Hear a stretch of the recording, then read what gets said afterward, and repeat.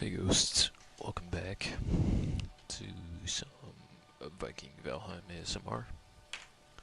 Hope you guys enjoy. We're gonna try to do somewhat of a little bit of a tutorial here, but as with building, sometimes can go for a long time. So I figured what better way to do it than in an ASMR stream, right? And basically, I'm gonna be using the dev commands to help me do this a little bit quicker so that I can kind of give you guys a somewhat quick tutorial. But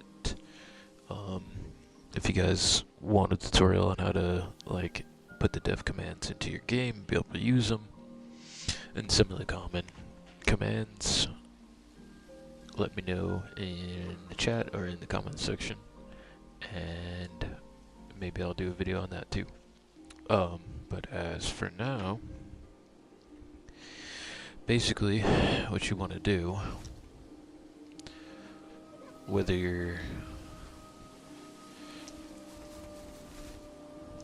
exploring or doing it, the hard way, or if you're gonna just jump right in with dev commands, you can kind of fly around and find your perfect spot to build. But in any of the spots out there you can use to build. Sometimes it's cool to build with the land, and other times it can be useful to level out the land that you would like to begin to build on. So I think for the sake of the tutorial, I'm going to try to find somewhere that is like relatively flat. But to start, I kind of want to read this. Also like to, whenever I build bases, try to find naturally spawning stones like these to include in the base. Especially if they say something as cool as this: a full belly, a full sail, the weight of the spear in your hand, and a song on your lips. Let all the mountains crumble, and the seas boil to salt. One day in the sun is a life well lived. That's a nice one. I do like it. This really wouldn't be a bad place, the decent view to start, but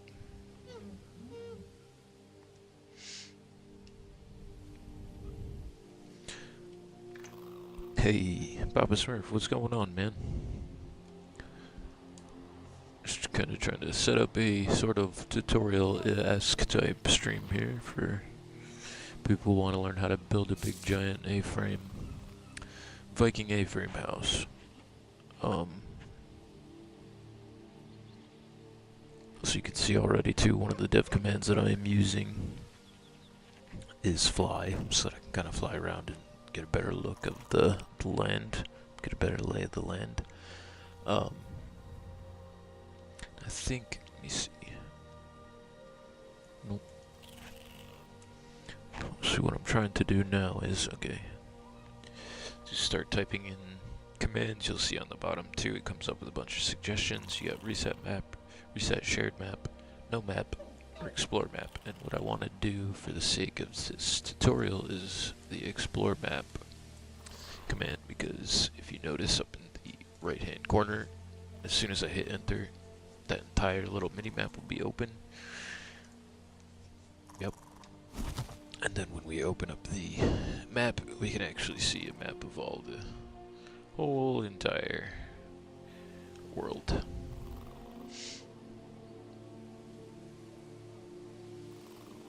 And maybe find a cool spot where we want to set down here. I'm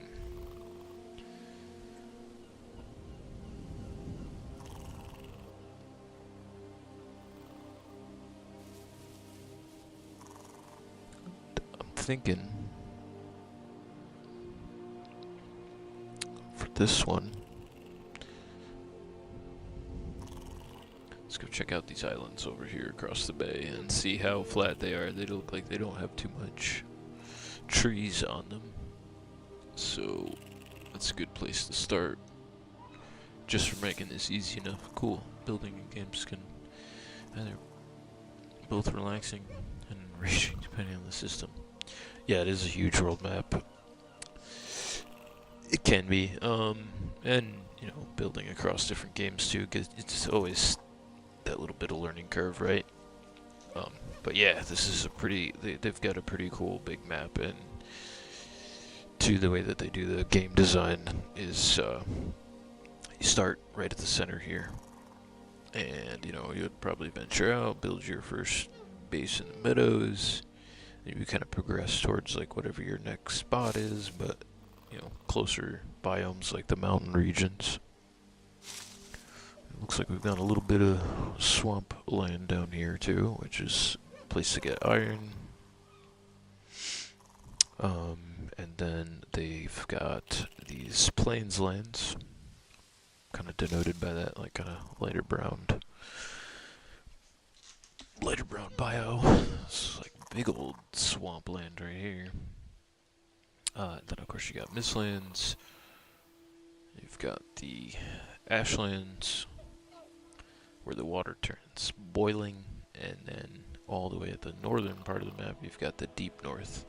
And if you come up here too, there's a lot of ice sheets actually kind of wandering around in the ocean, and I imagine you're gonna need another type of boat to be able to actually get through those. The one that has something on the front of it probably to break through some of that icy stuff. They haven't finished this biome yet, the deep north Papa, but that is the last biome on their roadmap to finish, because the game's still kind of in beta. But yeah, back to your comment about building there. Like, you know, every game with building has its learning curve. This one is really cool because once you get used to it, there's a lot of attach points that you can attach to, and there's lots of different buttons you can do to like get them to attach in certain ways.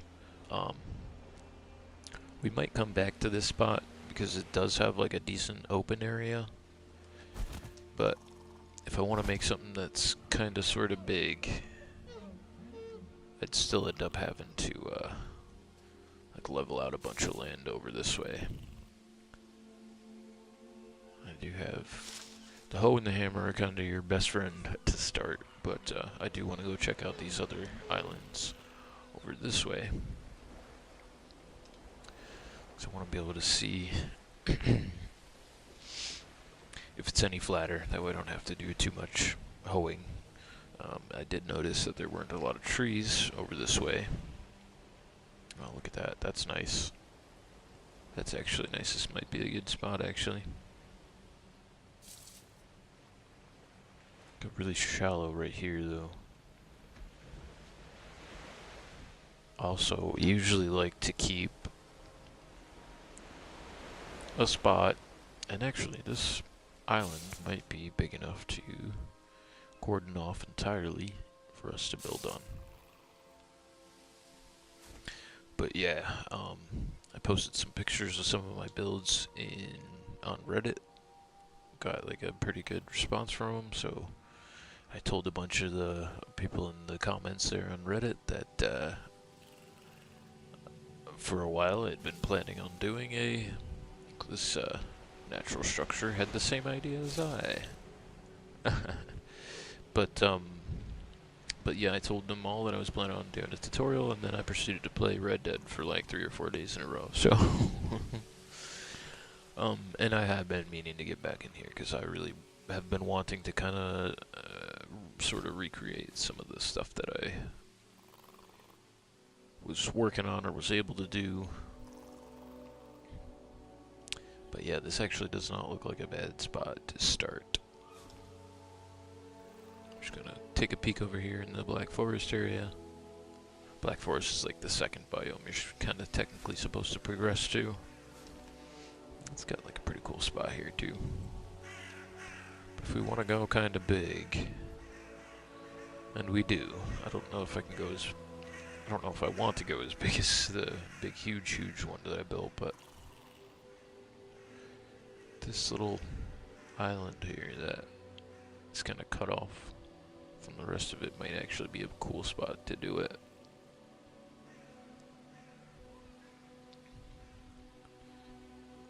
Let's see how deep this is here. Oh yeah, deep enough for a ship to park next to it, so we could even put, you know, put our ship in the water here. Build this to be like a little port area, and have the house kind of centrally located over here. You know, add some gardens and stuff like that too. I can see it. I can see it. But I guess for the sake of the tutorial, whether you're doing this in creative mode, or whether you're doing it with dev commands, or whether you're doing it with a straight up vanilla game, you're definitely going to want to like start off building yourself like a little workshop so that you can repair your weapons and tools. I've got a little runestone here. I'm going to read that. Let's see what we got. The grass grows underfoot and the sky is blue overhead. There will always be a heart. That's almost like a perfect sign that we need to just do it here. And it's not a decent distance away from the spawn too, so you could, in theory, set this up to be your main base, and then, you know, anytime you defeat a boss, make your way either by foot over this way, back over here, place the boss's head or trophy on the thing there, and then go about your business. Because each one of the biomes Papa has a boss in it, and obviously each biome gets increasingly difficult and all that good stuff, but yeah, I think this is a good spot, man. I think this is a almost perfect spot. So yeah, the first thing you want to do is definitely build yourself like a little shop to repair your tools while you're building, because they will run out quick. And basically what I'm kind of doing right now is what surveyors would do. Just kind of check the land to see where your lowest points are. See where there's like an average height. And then that's going to be the flat spot we build the house on.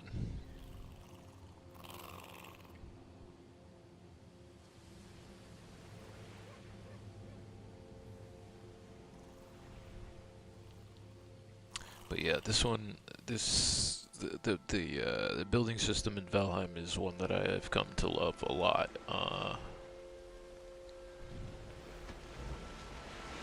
It doesn't leave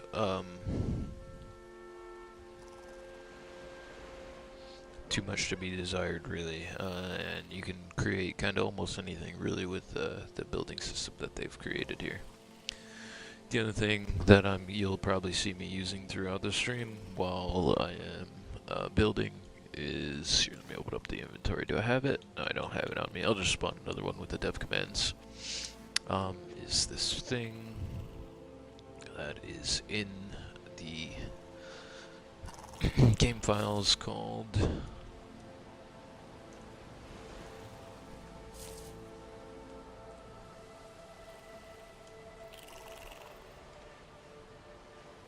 a cheat sword, or in the dev commands, the D of it is sword cheat. And basically what this allows me to do is act as like a tool to be able to just get rid of like unwanted stuff off the land like super quickly, without, like, I could get rid of this structure with this cheat sword, I could get rid of these boulders with the cheat sword, and I could literally just start chopping down this entire forest if I wanted to with the cheat sword, which I recommend if you are wanting to build like your first starter base to be something that you kind of start off on, and you're going for the creative mode option, because it'll just make things a lot quicker, a lot easier. I guess I think where I want to set the house is kind of up Not a big fan of this thing back here, but maybe we can make it look nice at some point in the future.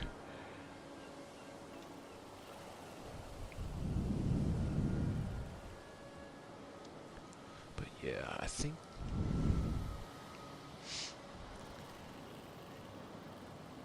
I don't want to put it on the lowest point of the land, so what we're gonna do is, yeah, I'm gonna, if you can imagine, a sort of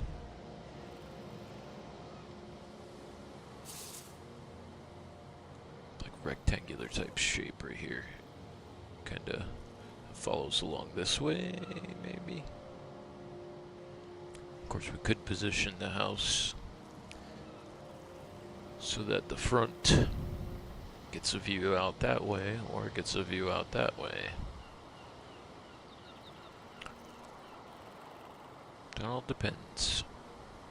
The other thing that's kind of cool that I'm just want to mention while I'm thinking about it is if you build in the higher elevations, you can also kind of build out you can build yourself out like a little basement if you wanted to. You could, dig down, build a foundation, cement or stone it in, whatever, and then build it up. But yeah, it is a very big world, lots to explore, lots to do, lots of cool stuff to do in the game too, man. Lots of weapons that allow you to like develop different classes, and people can kind of take on different roles and such. Another dev command you'll probably see me use often is skip time. Anytime the sun starts to go down, I will skip time to the next day so that I can just see a lot easier while I'm building. And there is like a freeze time thing, but that almost never works in every game I've ever played with a day and night cycle and had access to. It's like creative mode. Freeze time never actually like freezes time. So anyway, with all that said, I've got all that out of the way. Let's kind of get into the nitty-gritty of kind of actually doing this. And like I said, I kind of want to find a spot where when I start leveling out that I won't have to break the pickaxe out to kind of dig down into the land. But I'll put it up on the toolbar just in case I do need it. So like I said, the first thing though that you want to do is you want to start by clearing whatever stuff is going to end up being in your way, just to make it easier. And like I said, there's two ways I could do this. I could literally just kind of take out the bottom of the structure, and normally it should collapse, but nope, there we go, it's going to start collapsing on its own. But I'll help it. And like I said, it works on stone. So get some of this stuff out of the way. It's also recommended too that you kind of either have stamina giving food like while you're building, so that you can swing the axe, use the hammer, use the hoe, all that good stuff to be able to like flatten yourself out. But again, just kind of doing this in like tutorial fashion. I'm just going to use some dev commands to spawn me some food. Otherwise, I'd have to build a kitchen and all that stuff. So we'll just salad is one of the food that gives you lots and lots of stamina. We'll spawn a full stack of that. Mushroom omelet is another one. Gives you lots of stamina. Do a full stack of those. And fish and bread, which is just fried bread or fried fish. It's another stamina heavy food, which is good for building because it gives you a big stamina bar, big large increased stamina bar that you can kind of use up while you're building. You'll see how it got all big there too. So, and I'm gonna turn off flying because I don't need to do any of that yet. take a seat here, let the bar fill up. When you're sitting, you'll notice the bar fills up a little bit faster. And now there's probably newer food that gives you better stamina, like a bigger stamina bar than that right now, but I haven't been like majorly playing and into this since I like lost my first big base. The last time I kind of was into actually playing the game was when I think you saw Revna and I like messing around in the Mistlands. It was like a while ago, but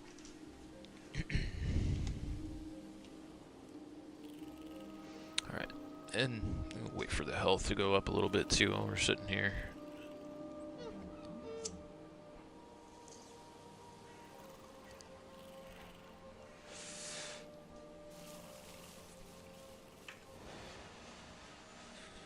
If you have come over from Reddit, say what up in chat, man. If not, and you're just here to see how we're gonna do this, hang tight, we'll do it. So like I said, earlier on, we spawned us a cheat sword so we could kind of do this a little bit quicker. Notice a little like neon rainbow flames kind of coming off of it.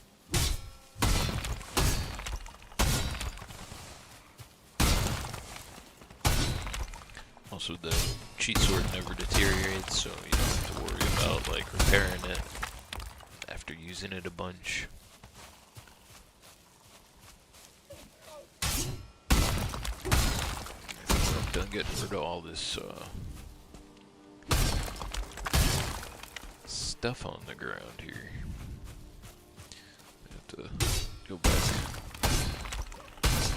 to a high point so that I can kind of get a better vantage point of where I really want to put all this. Although I'm thinking somewhere kind of smack dab in the center, like maybe right where this structure was here that we initially took out.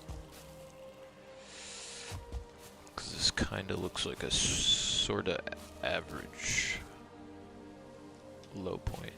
I know you got a little bit of a high side over there.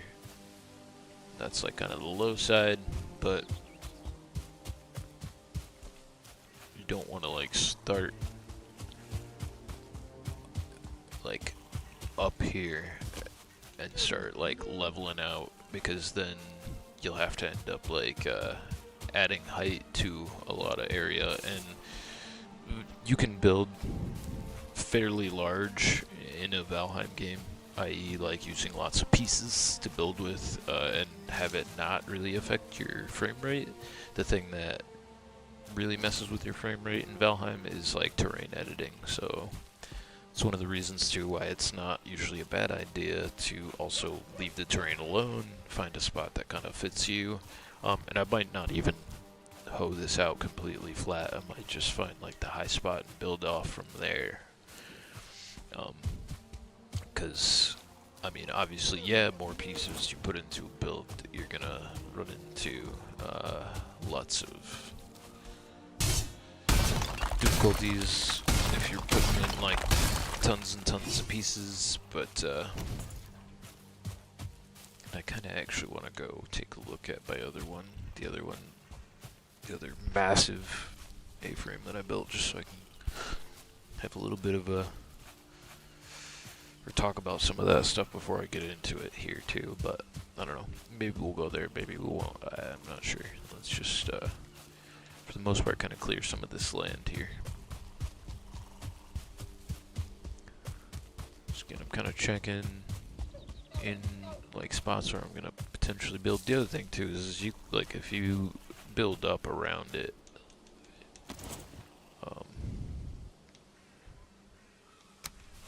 like say if I wanted to start my foundation, first you gotta put your crafting table down, then you gotta put the stone cutter table down.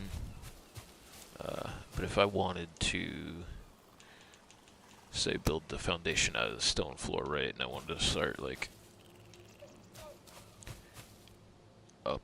up here, and I wanted to build over the top of this rock, you can use the like pieces themselves to sort of act as like connector points to build right over the top of this stuff. And you can do the same thing too to hide benches, which is a good way to stop enemies from spawning in and around your base.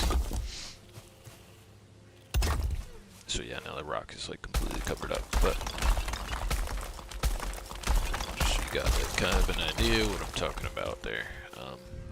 So we don't have to necessarily get rid of every single rock, you just kind of want to get rid of the big obstacles that are kind of possibly be in the way while you're building. And I think I might try to work with the land, that way I don't have to hoe as much of it out and make it all level. Making it all level though makes building upwards and taller easier, because then you can ground your structure into the ground with the iron wood pieces.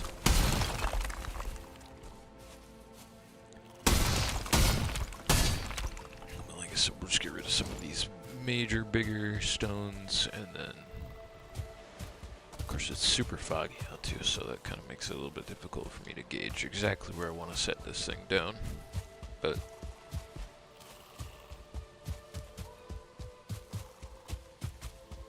and in some of my builds, it might not be noticeable because some of them end up really being kind of sprawling, and just had the easiest bounty ever. Those are nice. I like it when they're easy sometimes. Walk right up to you, you tie them up. What happened?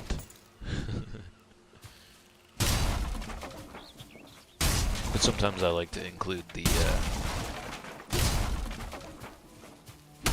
natural structures that are already here. This one I'm just gonna take out, but some of the builds you can't really see it because, like I said, it's all like sprawled out. But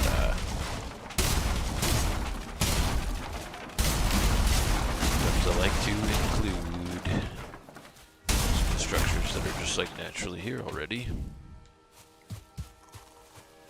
in the builder, incorporated in some way. Like there's one kind of massive village that I built that has like a little tiny, like close to the ground A-frame in it. I think I might have given a tour of it, but for now, I'm just gonna take a look around. I wish the fog would clear up. I'm not sure if there's a dev command for clearing up the weather. These might end up getting in the way too. One swing, get rid of them. I guess too, I can show you, give you an idea of how much easier it makes, like deforesting, clearing the land for setting your big giant base down. If you want to make one, this thing works wonders on trees. One chop takes the entire tree down. Another chop sets it in two, and then one for each one of those 2 logs, and you're good to go. Jumped on a train. It ran over and picked up the guy and delivered us to a town for delivery. Oh, nice, said Blackwater. But yeah, no. I wanted to say something to you. You remember the last time we were doing a bounty there, Smurf, and you were like, "Oh, they wanted us to go here, and then they want us to go there." Actually, if you decide that you don't want to go somewhere, you can go somewhere that's actually like physically more close to you and bring them there. Sometimes, not always. I'm not sure what the exact like circumstances are for being able to do that, but I've had bounties be like, "Oh, take him to Valentine," and I'm like, "What? No, I saw a wagon right here." And I'll end up bringing him to the wagon that's like a lot closer to me or whatever, but said Blackwater and let you drop him in roads. So, yeah. Sometimes you can, if you just ride in a direction of a jail that's closer to you. Sometimes it'll let you do that.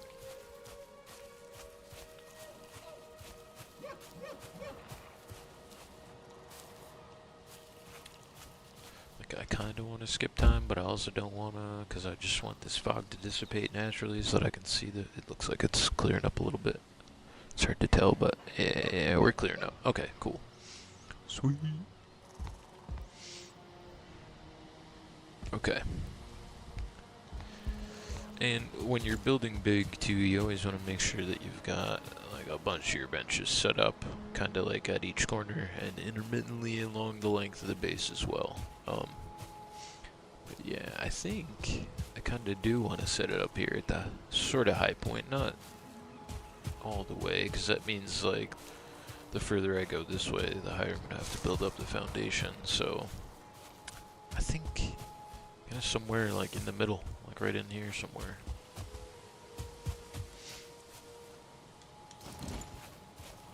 Yeah, see, I'm far enough away from those other craft benches. So I think, yeah, I think I kind of want to start back here. I'm trying to. That's the thing is it's always best to like plan the base out in your head ahead of time,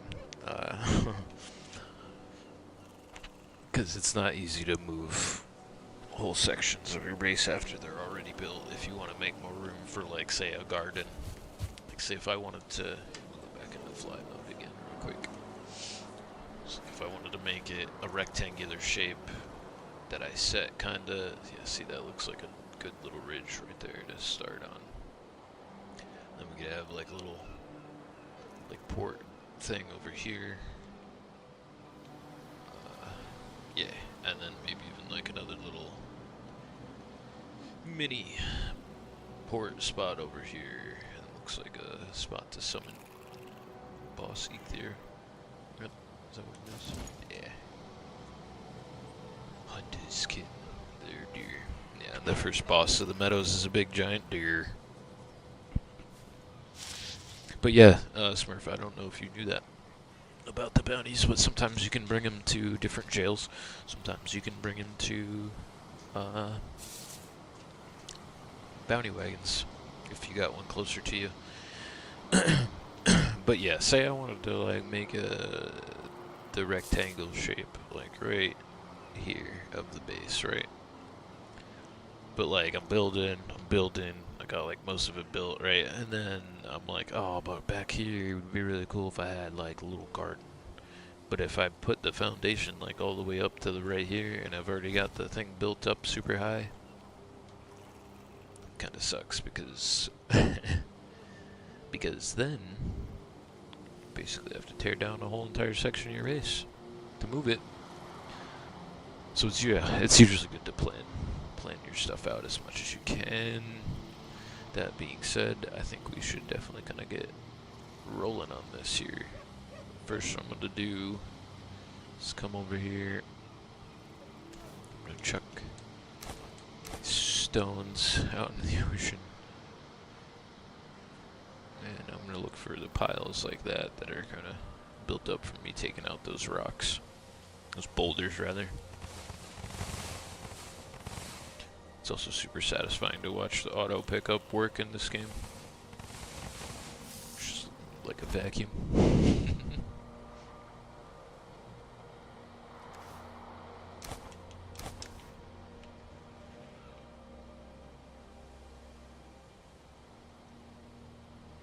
And I think what I'm gonna do too is I'm gonna just use this as a way to show you the structural like foundation, and then towards the end of the stream I'll show you guys the big Viking mecha that I have built already.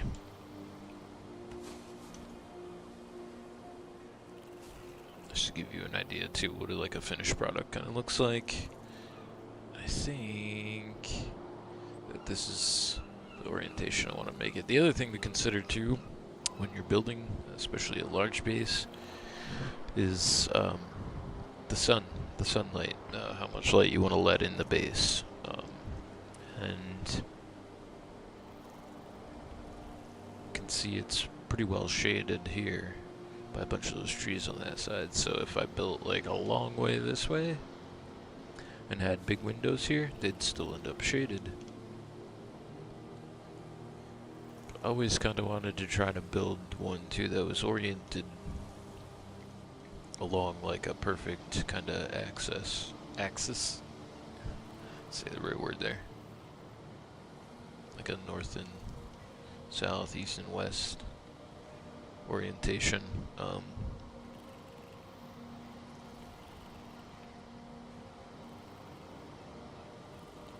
It's hard to tell. Is that the sun going down?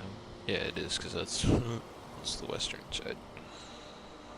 Okay, so that's cool. We don't have to worry about the trees then too much on this side if I ended up doing it like a rectangle this way.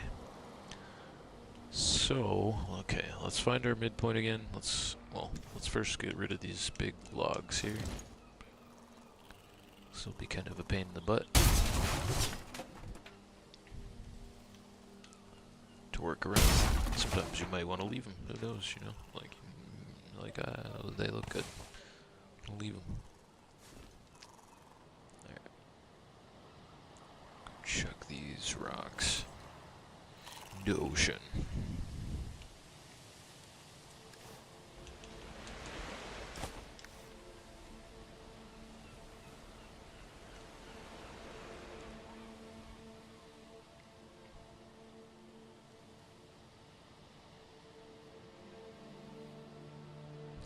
Back here too, okay.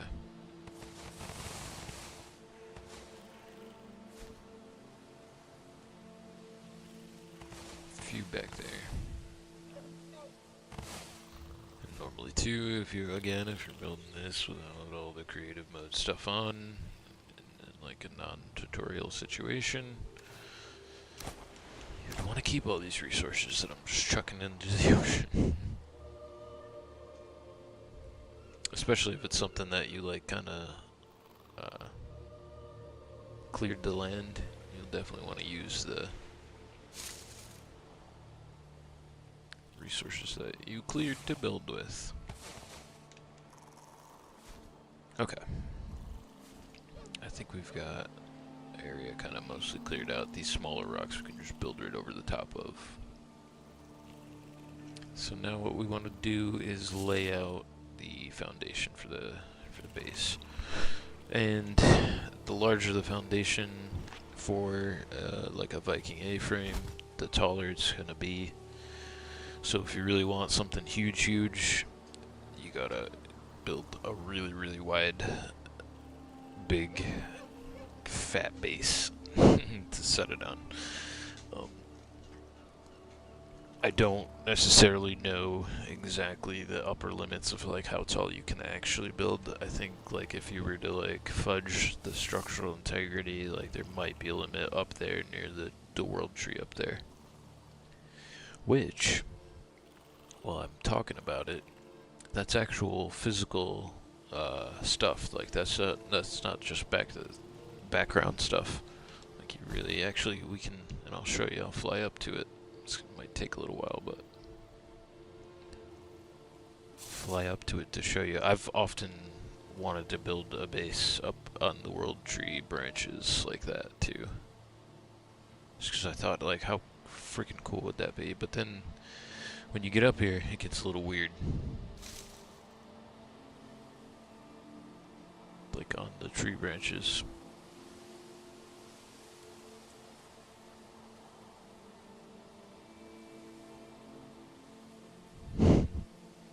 It's kind of weird. I haven't been up to the tree in a while like this.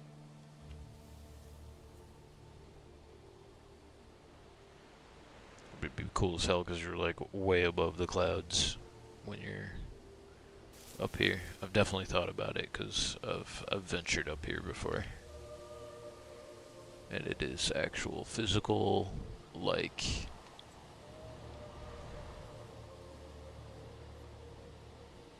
stuff that you can walk on.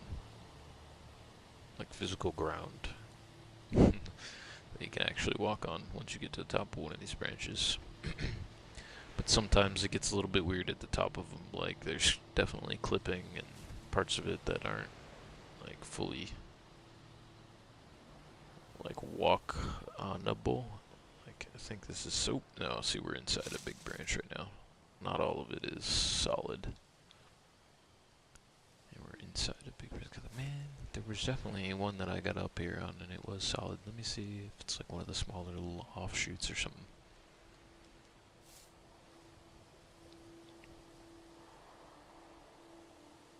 Because I remember getting up here and walking around on it. It does get sketchy when you're up here. Nope, that's not solid. Maybe they changed it. Maybe it's not all solid anymore. Let's see. This weird edge that I was looking at in there is solid at all? No? I wouldn't be able to fly through it if it were. Okay. Well, then they maybe have changed it. Because I definitely remember walking around up there before, but how cool would it be? Build up there. You definitely could spawn like rocks and build on top of the boulders if you've got the div command thing set up. But for the purposes of just building this little base here, I think we'll just come back down here. Keep it simple. And yeah, I don't think I'll even have to kind of hoe it out. I think we'll get a nice rectangle going. Just get rid of these two. 'Cause I do want to get it sort of as big as I can, but I don't want to go like super big. It would take me all night to do it.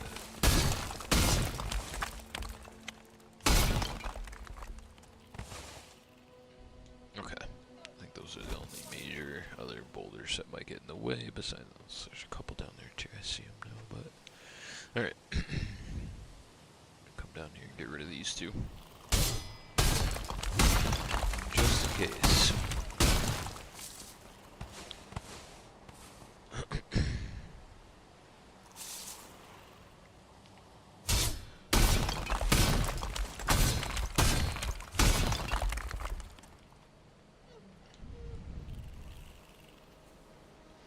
Get into the architecture of it too, I think, a little bit afterwards, because I think what I want to do is kind of just give you guys an idea. I don't know if I want to flesh this out entirely just yet, this build. And yeah, I know that you can build like a little incinerator, and I could just be chucking them in there and turning it all into coal or whatever Thor decides he wants to give me in that moment, but just for the sake of knowing this is a tutorial kind of type stream, I'm gonna just chuck them in the ocean.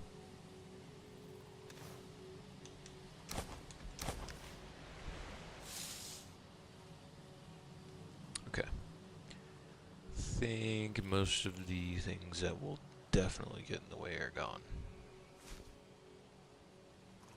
So, like I was saying, I want to kind of build this in a rectangular shape like this. Kind of head out that way too. So basically what I'm going to do before I get going on anything is we're going to let's come down this way and build it. And let's do it on the ground instead of flying around. First things first, anytime, even if you got creative mode going on, you want to build yourself a little shop to be able to repair your tools while you're building. The general rule of thumb when building anything is always level out your ground.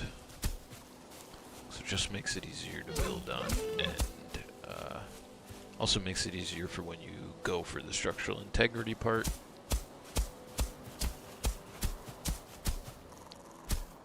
Necessarily have to do it though when it comes to building the house, because the other thing is, like I was saying at the top of the stream, the big thing that causes frame rates to go down in Valheim is for sure like terrain alteration. So if you do a ton of that, the game has to like save that, and yeah, it gets to be a pain in the butt. So we'll start with the little shop where, like I said, we can build all this stuff. I don't know if I want this to actually be a part of anything, so I'm gonna try my hardest not to make it look super good. And just gonna put a few of the benches in here. I'll upgrade this one too. Normally you would have to go through a whole entire process of doing all this. Actually, I don't need that one yet. How close can I get to... There we go. And then this one we're gonna need the iron, well, the forge for, to be able to build the adze.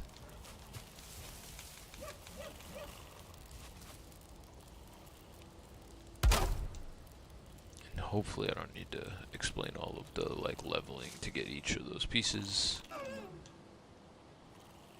But if you need me to, I definitely will.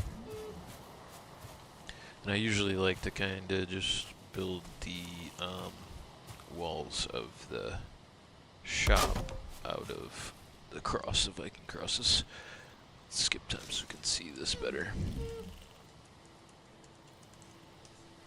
Might have skipped too much time there, but that's alright.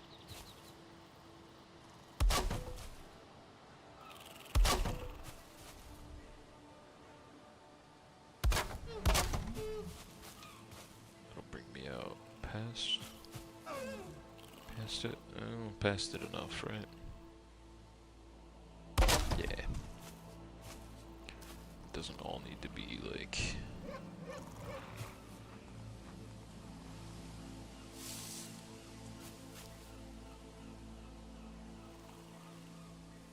That works too. That works too. That works too. Okay.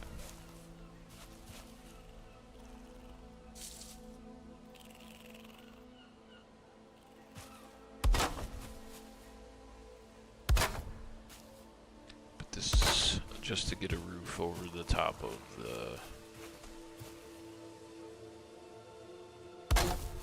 crafting station section. You know what, I'm gonna go out like one more with it so I can fit other, so I can fit the other stuff for the forge in here too, to upgrade the forge in case I need to fix my pickaxe.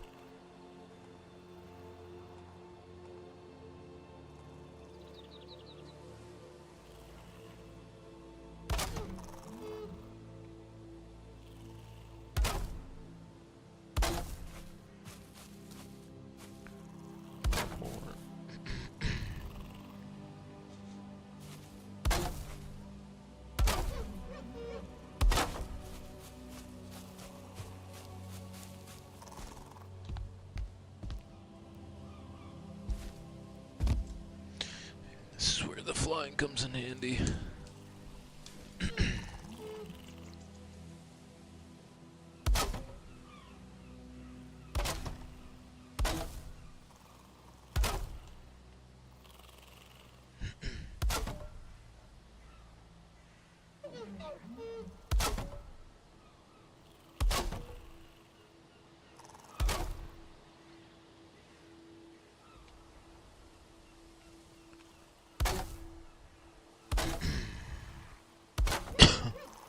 I like to build the shop, the like first initial shop out of these guys, cause it's just easy.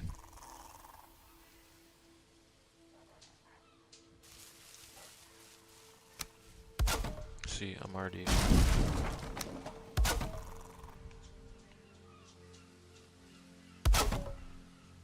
looking at the different angle. I don't need to do that. It's just got to be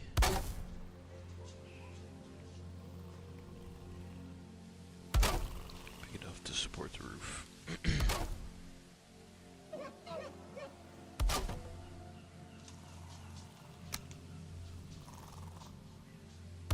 And even that's probably too much roof for this little shop that I'm building, but and we need 45.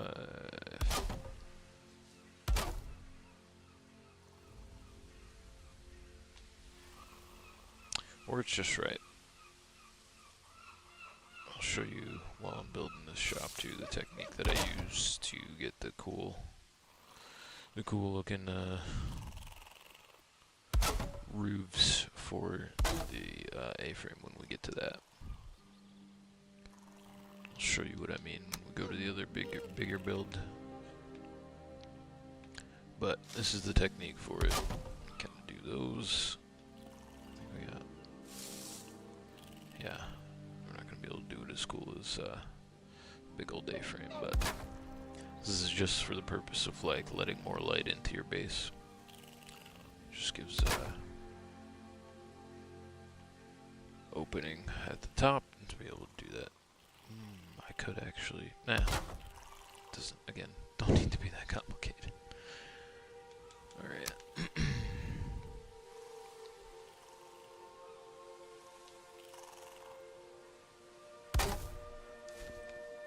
At some point,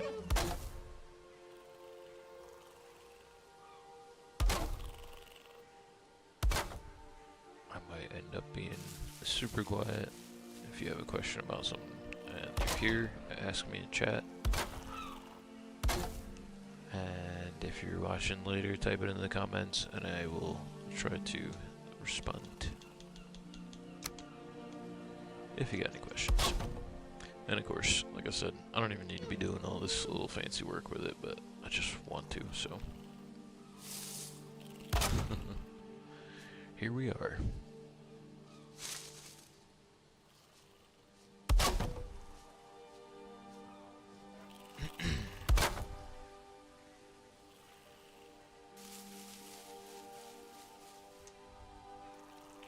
Put an X in here, or across. Kinda completes it.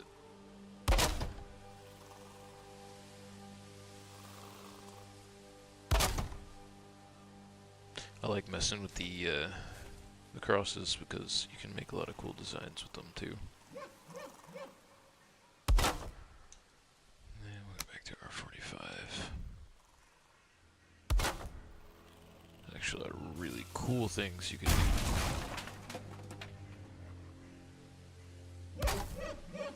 when you build these against like the stone pieces, like stone walls. You can make some really cool designs in front of those.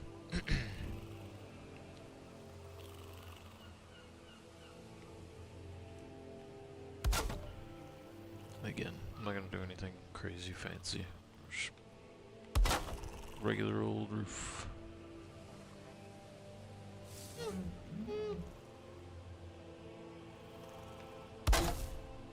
This is just a spot to repair the weapons. Okay. That should be covered enough for me. Oops. Sorry about that. Should be covered enough for me to be able to use this to repair my stuff.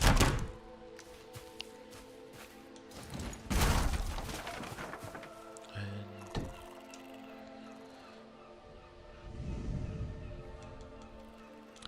just for the purpose of upgrading it to like 100% here. What? Okay, I really need this to be there for that to get removed, huh? Okay.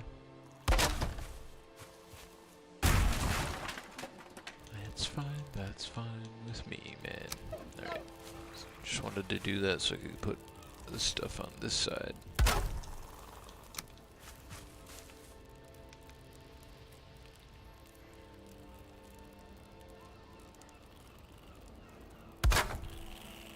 So now that should be fully upgraded. Yeah, okay. And then make this fully upgraded, like I said, in case I gotta... in case I have to, repair my... Sorry. Need a drink. In case I gotta repair my black metal pickaxe.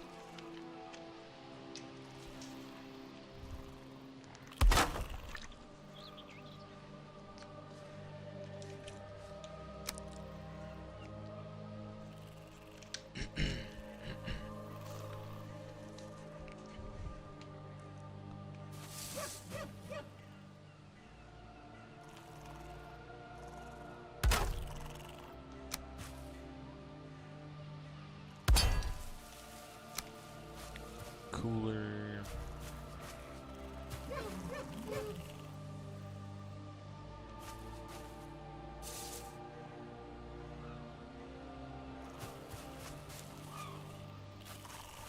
I guess I could put it. I can just put it up. Doesn't really matter where I put it. It's just gotta be close enough to the thing that it works. Okay, so that should be upgraded. Yeah, cool. Right? Yeah, okay.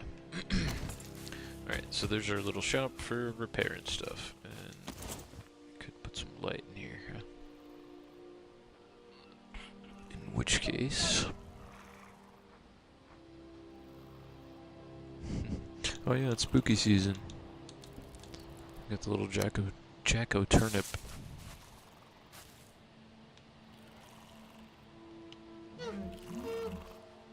Oh, really? Won't let me put it on there? That's lame. Alright, we'll put one down here then.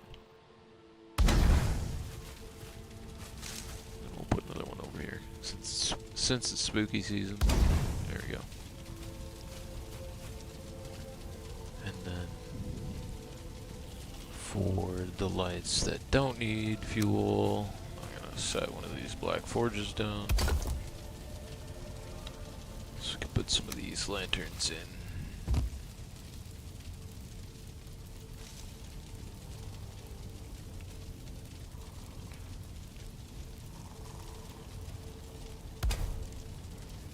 Yep, that's good. Good one on each. On each side.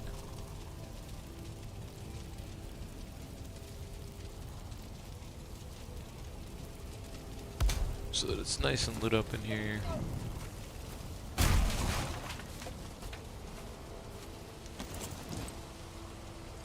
And then, because I really can't resist, I gotta clean it up a little bit. Gonna put us, one of those, maybe not, we'll just leave it. It doesn't matter. I was gonna try to put some log, like, supports in, but not necessary.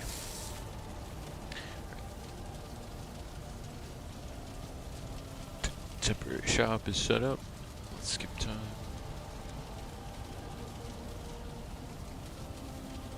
I don't want to go too far ahead. We got daytime? Yeah, we got daytime. Yeah, okay, cool. So yeah, there's our little shop for repairing any of the stuff we're gonna need to fix while we're doing this. Man. Really should have made sure my voice was good before I did this.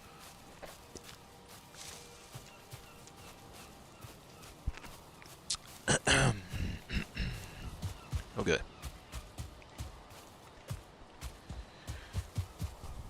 So we've got the shop all set up, and the other first thing we're gonna need to do is set our benches out in the sort of semi-rectangular shape that we want to do, and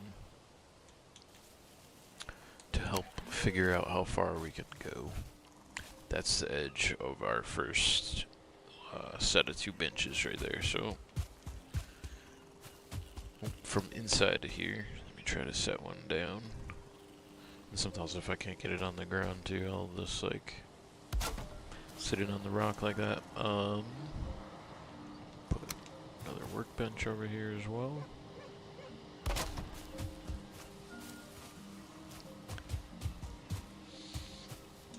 Again, if I want to see how far the border goes, go to right here. We'll set up right here another set of these.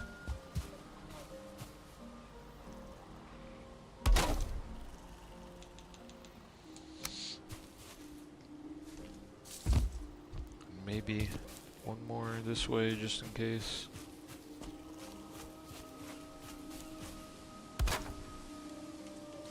These will either eventually become like we'll hide them, or we'll like move them and hide them.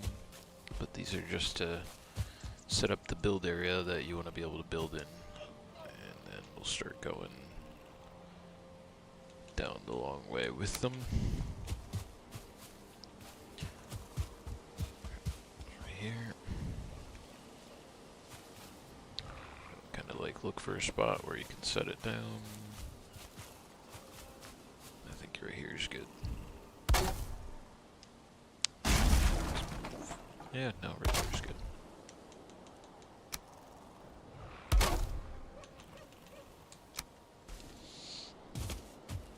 Go out as far as you can. Look for a little spot to set it.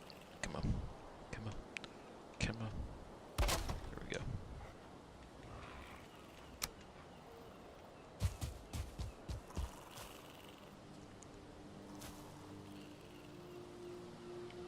But yeah, eventually what you do want to do is move and hide these because they're a good source of like keeping stuff from spawning in and around the area that you want to build in or your base afterwards.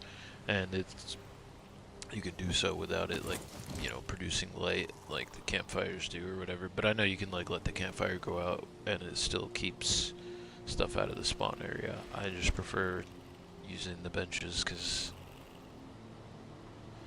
they give you a better idea where the boundaries are, where things should and shouldn't spawn, and if you wanted to, like, say, take over this entire island, you'd kind of go around the border of it with these benches, and you don't even need the two of them side by side. It just helps for when you're, like, later building in those areas.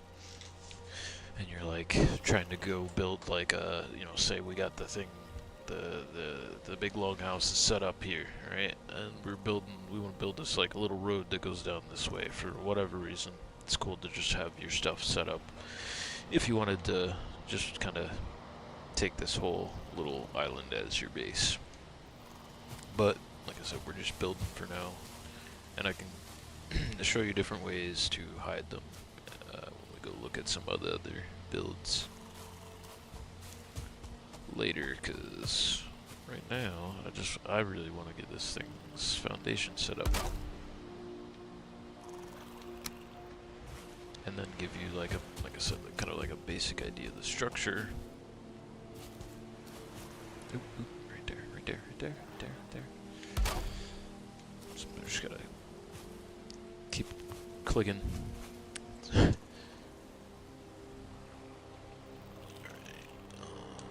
Almost to the kind of length where I really think we can comfortably be on the island without cutting down a bunch of trees. I could literally like just take all those trees out real quick with the cheat sword, but like I said, for the sake of just kind of this being a little bit of a tutorial, and I don't know, maybe I'll come back to it later and expand on it if I feel inspired enough to do so afterwards, but for right now, I kind of just want this to be a sort of tutorial for you guys to get an idea of like how to lay your foundation. We're gonna do this working with the landscape instead of terraforming it, because for those of you who are like new to Valheim, new to the chat or whatever, that's the thing that is always super taxing on Valheim is terrain editing, so it's usually best to kind of work with the landscape,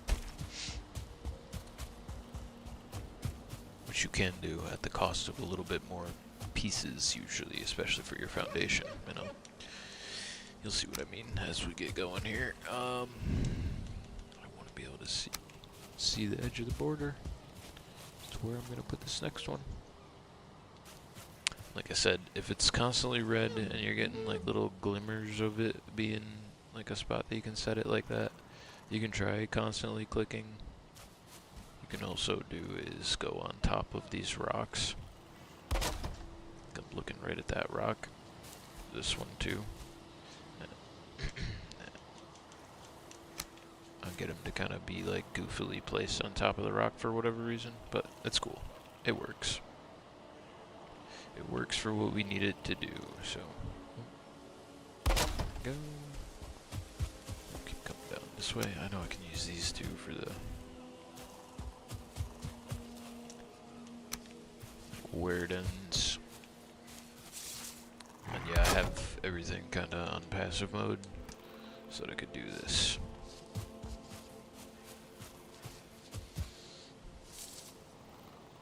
Come on, come on. There we go. Oop. Oh, there we go. I think. Okay, yeah, we can go one more down this way. One more set of these. Right down this way, and we should be good.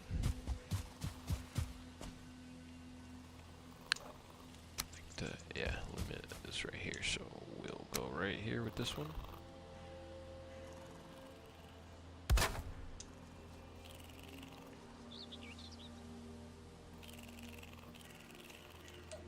I'm just putting stone cutters down with each one of them so that when I start the foundation, I've got these in all the areas for the foundation. I think that'll do it. Maybe just one more down this way for good measure. There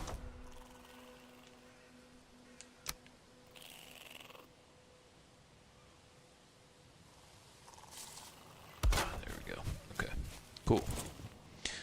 So now if I fly up into the air, we should have like a decent border of benches set up. Yeah, that we can now start laying the foundation for the house. Like I said, whenever you're working with the terrain, you don't want to start laying your foundation at the highest point, because you can always knock that down a little bit. You want to start at like your average midpoint. If you start up there, you're gonna have a really tall looking like foundation on this end.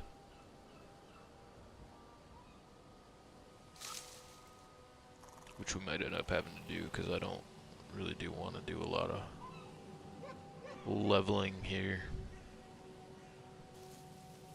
Alright, and usually when I'm trying to go for like as big as I possibly can, I'm not necessarily counting when I'm laying the foundation, although it's a good thing to do so. And we might do this here. This is our flattest spot. Just to right there. Just kind of lay out the outer sort of base idea where we want this to be. Just give us some. Oop, I'm going way too fast.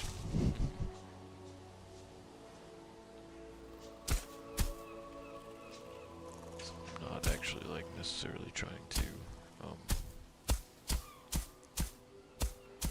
level the entire thing. Just want to mark out a good spot here. Let me eat some more stamina food and chill.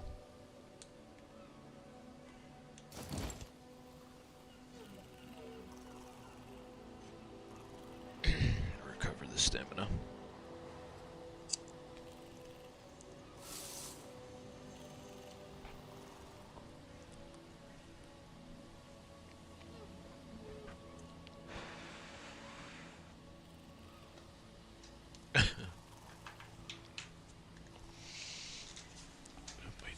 Flying mode for this part too.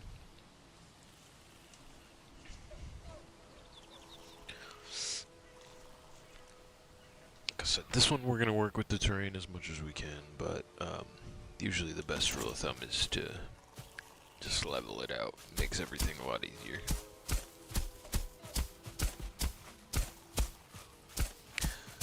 So you'll notice, because I started up that way too, that you start to see it raising in some spots, but that's fine. We just need like a good clear spot to set the stone foundation on. And it might not even end up being as big as this as I'm going here right now, but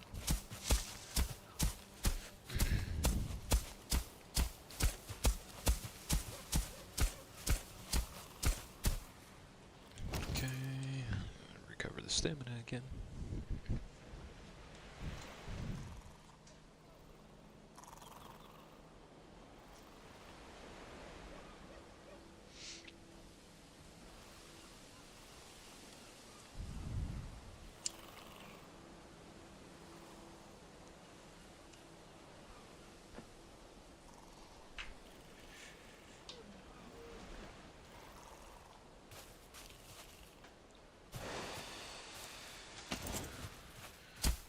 right now we're just kind of laying out the path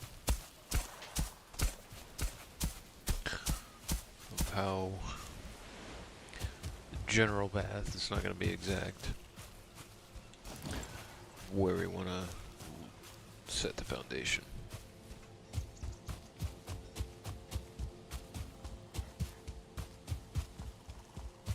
Cut back across here, and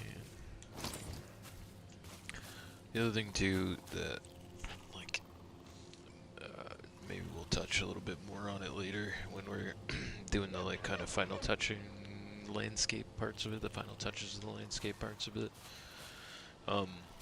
Is if you're trying to make like a decent slope and one that's not like so abrupt like this.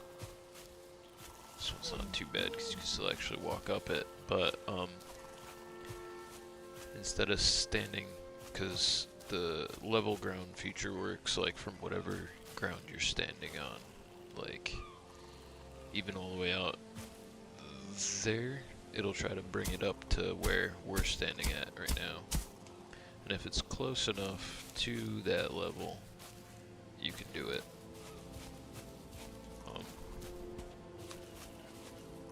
But some parts will only go up so high though. But let me see if I can show you exactly what I mean.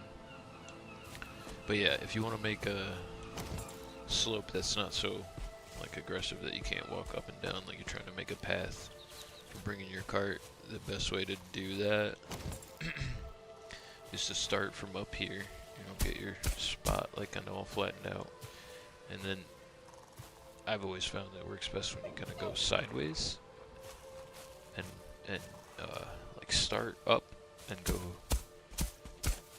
like that to kind of like decrease the slope a little bit. And you want to, if you're going wide with it, obviously double up on it, but so then that way if you got like a cart full of heavy stuff and you're like in the very beginning stages of playing the game and you're trying to haul a bunch of metal with you, like it's way easier to get up one of those and into your base or whatever, to start smelting, than it is like a big cliff. Road builders in Valheim are a real thing too.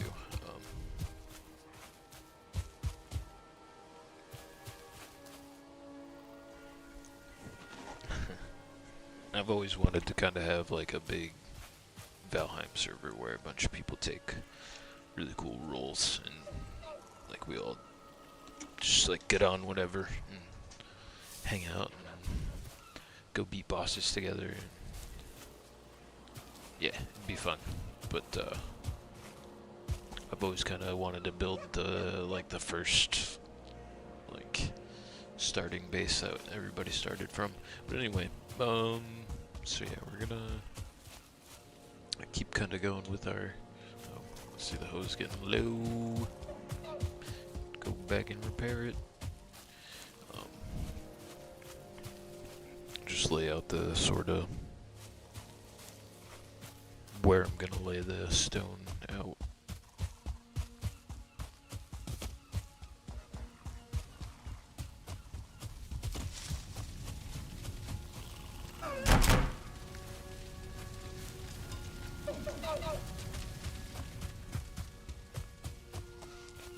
Yes, not a bad looking game, man. Look at that sun, so pretty.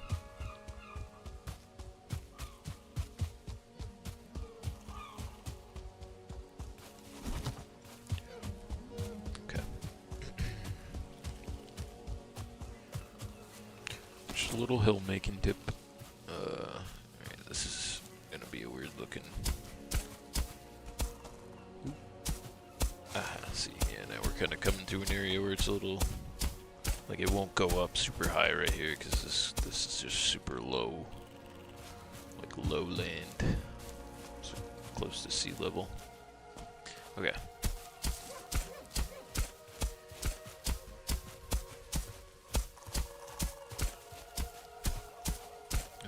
Definitely see like a cool little, see a bunch of cool little chill spots over here. This is like the, oh yeah, I can see it. All right, kind of do want to try to go bigger than the other one I had, though. But it is going to be a lot if I do that. And at a certain point, even my setup is going to be like, oh, I don't know. I don't know about this. Are you sure? Alright. So let's skip some time again. Got day. Got sunlight coming up. Come on, come on.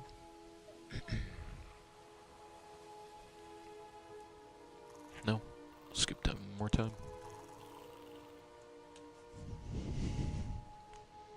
Am I flying? No. I gotta do that too so I can get a look-see. It's not a bad rough triangle for being down on the ground. Triangle? What am I? Oh my goodness. So goofy. What? Rectangle is the word that I was looking for there. So that's a good triangle. Alright. It also helps to do that though, so you can kind of also see like where your high spots are and your low spots are.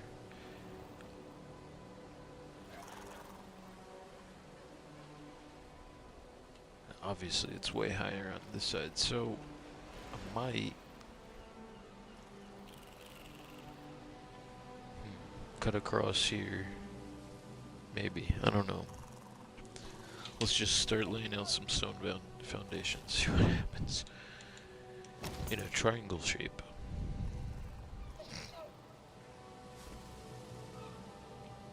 In this kind of general rectangular shape. Alright, I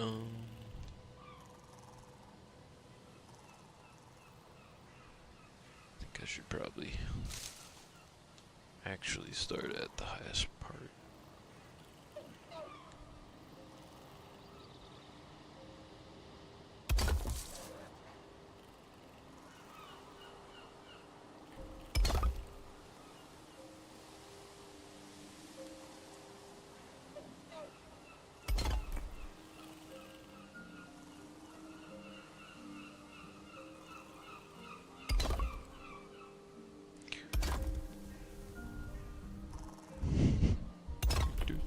Triangle. My God.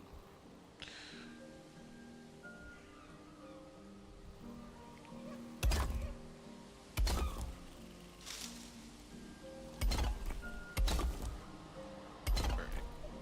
So having the benches set up is working nicely, but too, you'll notice that like this is the other reason why it is better. That's why when I was looking at it from this angle, it is better to flatten as much as you can, because it is a pain to have to sit there and like pick the like connecting point that makes it supported like that underneath all of them, because we're gonna want like a full rectangle that's this height right here.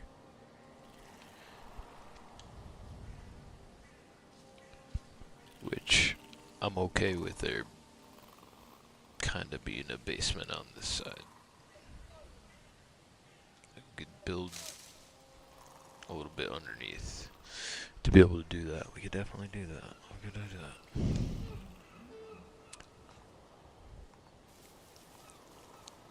So if you don't like plan it out from the beginning, it is, like I said, it's good to every now and again like give yourself like an overlook spot, and like even if you don't got the dev commands thing on, and this is also on such like a scale that you wouldn't be able to do it like right away, but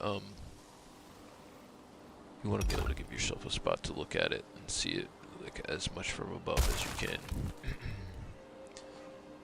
Because that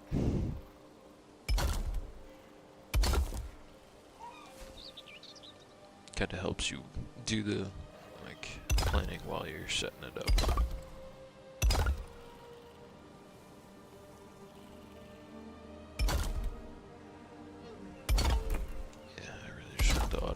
There we go.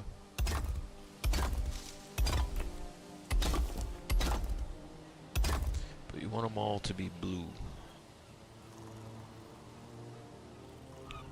Like from the start, like these two.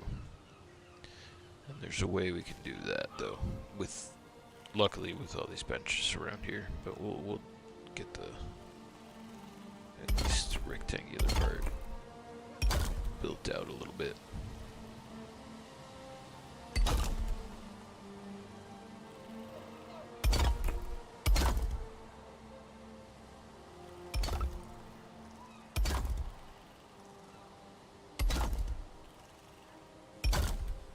It's gonna need to be supported like crazy. This might be a little bit challenging, but we can do it. We can definitely do it. If you just want, I can give you a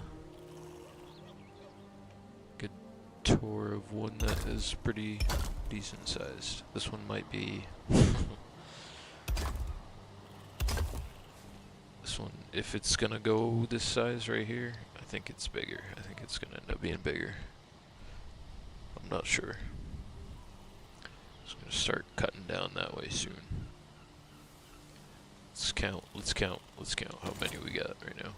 1, 2, 3, 4, 5, 6, 7, 8, 9, 10, 11, 12, 15, 16, 17, 18, 19, 20, 21, 22, 24. Okay, so 24. Alright. Yo. 25. 26. And we can modify this later if we have to, because we're just doing the base foundations. We got 26. We'll start with that. Here, I'm just trying to bust that out so I can like build that back up so it has support. Because this has got to come way up.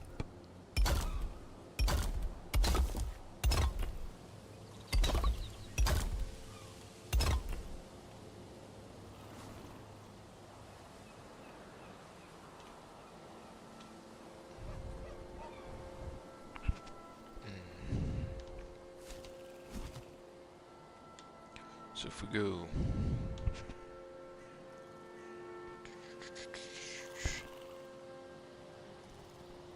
because this does come down this way a little bit, and we could definitely take some trees out and come a little bit further with it even.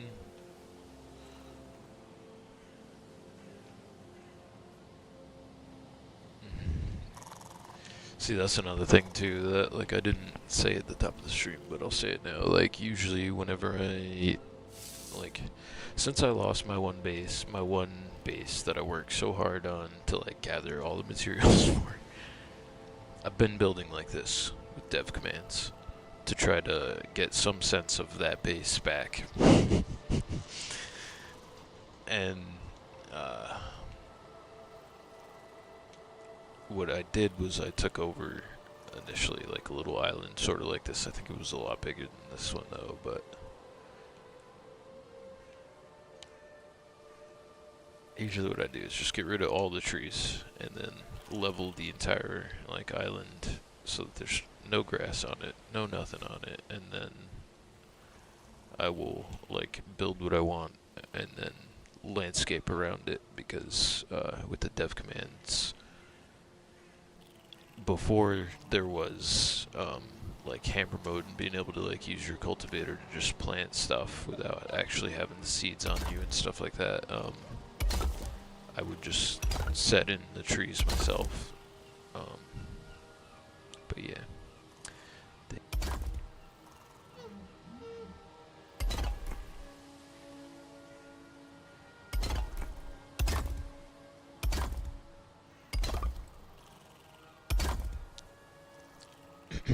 And it is generally, like I said at the top of the stream though, a better rule of thumb to not mess with the terrain that much, because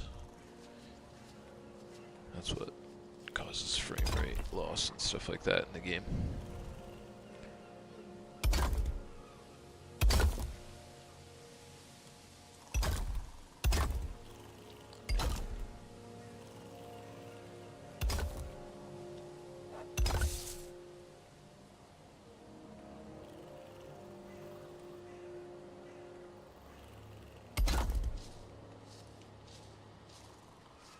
See too, like right now I'm just trying to set out the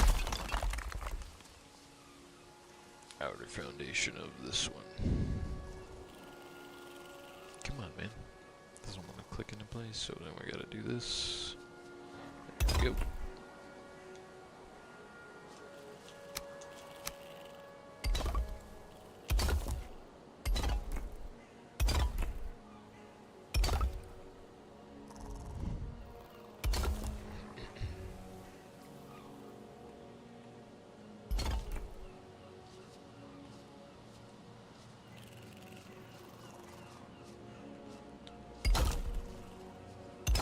So it's so far 26, so I'll have to go remember that if I go to the other one.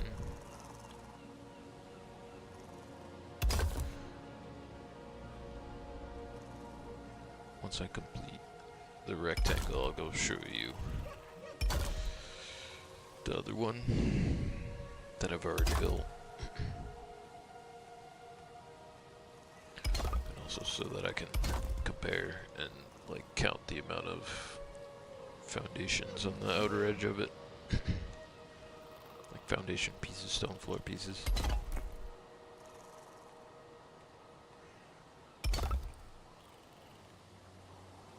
And that way too, so you guys will get a chance to see what it looks like when one is complete inside and out. Alright.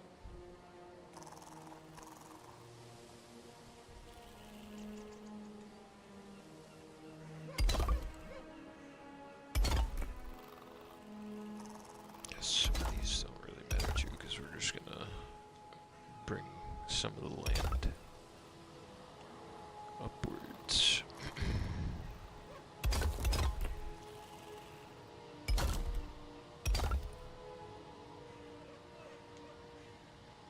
Dang, that one's really in there.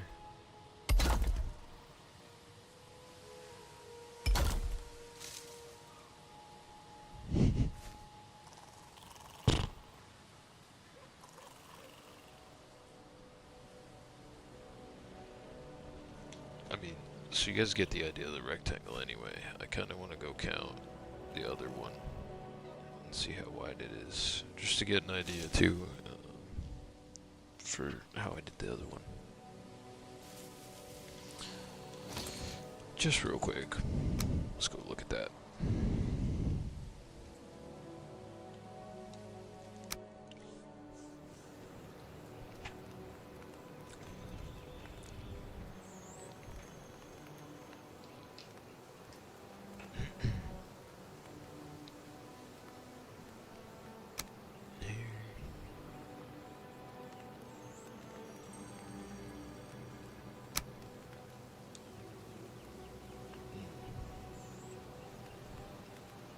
Too many of these.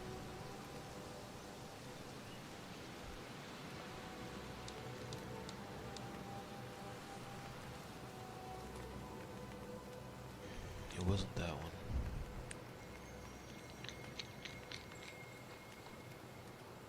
Shit. I have to remember. I just have to keep going to them until I find it.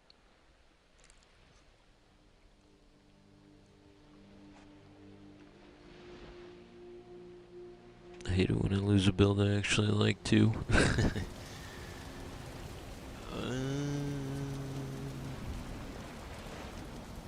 What's the map open? Nope, this is not the build I'm looking for. Dude, yeah, I really gotta like rename it something like obvious. Like giant Viking mecha A-frame house, like Longhouse, with a giant sword in the middle of it.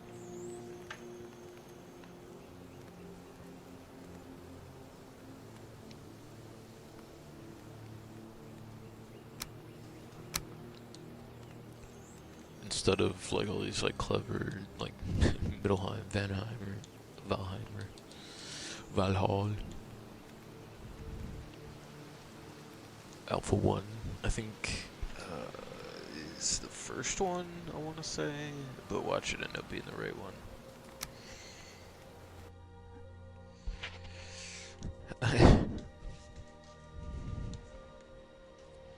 I don't know if there was like a rename function on the front of that, on that title screen back there, but if there is, I'm just gonna do that. Oh no, this is it. Yeah, this is it. We're in it. This is probably my most favorite base, and I even thought about like reducing the size of the stuff outside of this base and like just making a portal, like cut a hub area, like either inside the base or outside it, so that I could, yeah, look at the bed, big old bed, bunch of treasures, storage, like crazy.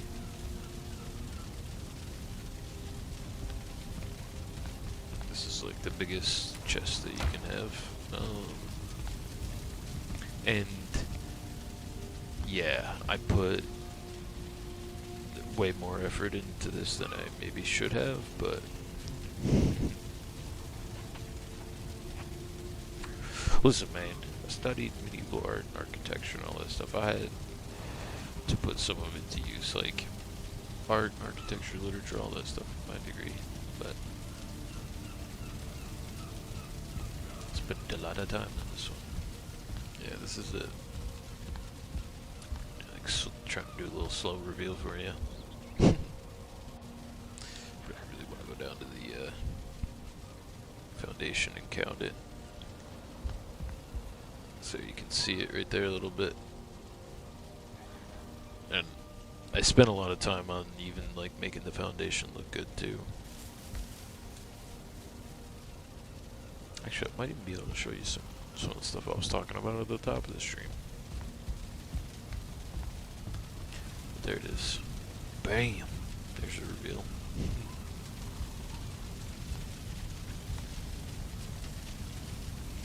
I hope I can rename it. Let me go back.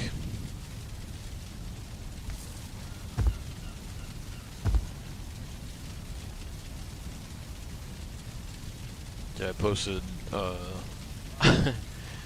posted a picture of this on Reddit, and some dude was like, "Oh, dude, I'm sorry for your frame rate." I'm like, "No, it's fine. Like, I have the rig to be able to walk around in it, but it's probably at a good limit where I definitely couldn't start adding any like major stuff around the outside, and I'd really have to shore up all of the, like, if I was really gonna use it, I'd have to shore up all of the stops that prevent those mobs from spawning inside." But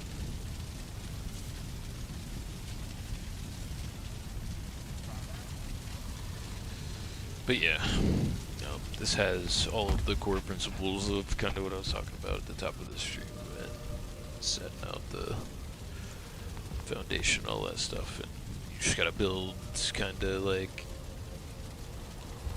ground up and then roof down kind of stuff. But I spent so much time in this thing. Areas where like natural light comes through, I tried to make sure it came through, where you could see stuff.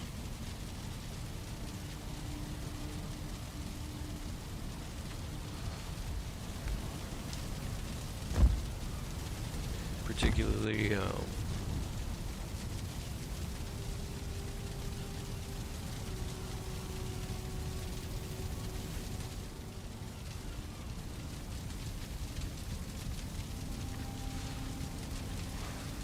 like arched designs.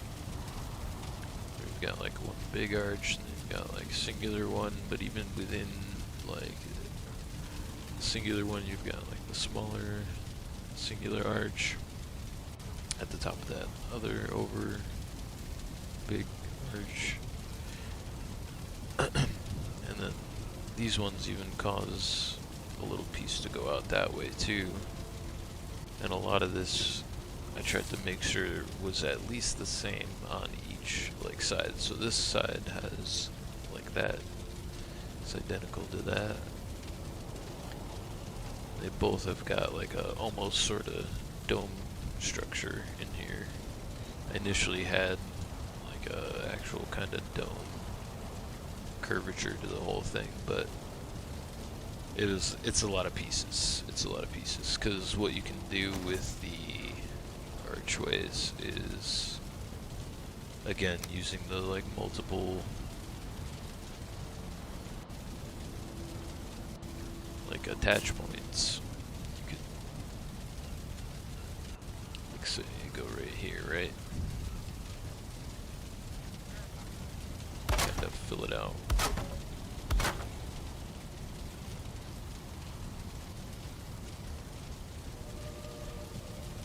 And basically what I'm trying to do is get it like right at the juncture of that little kind of stub that I put down for it. Be like some, you know, just a little bit of a front part, but initially I had them like that, but it's just too many pieces, and it gets rid of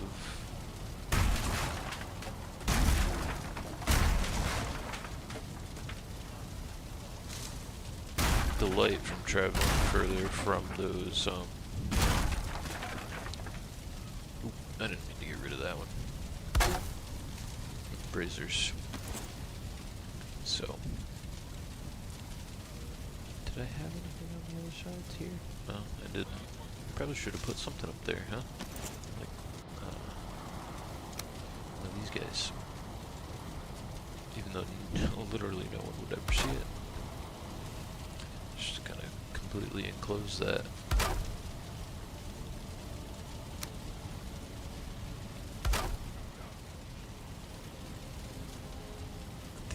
Glowing lights that I had up here that were kind of meant to try to draw your attention when you're all the way the hell down on the floor, that I also spent a lot of time on. So you would kind of look up as you came in, and it's cool too because they got the root looking thing, so when you invert the arches like this, you can draw really cool designs. Very reminiscent of old school Viking architecture. Like crazy epic old school Viking architecture. But yeah, got another little dome here, and I did have another brazier up in the center of these things, but it's like too much light, and I wanted the natural light to be able to come in certain places. Also, you notice in a lot of my designs too, I try to work out and work in rather the Assassin's Creed design.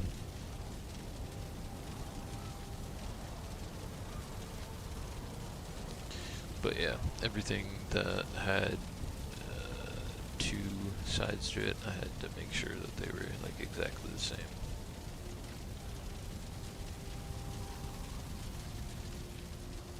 But yeah, and then you kind of move. Like I said, we got the Assassin's Creed symbol in a lot of it, even up at the very tippy top up here. But then yeah, you've got this other side too. It's opposite the other one, and again, I tried to make these like relatively as much as I could the same. They're a little bit different, but it's kind of meant to represent different directions. Again, I was trying to orient it as much as I could. North, east, southwest, but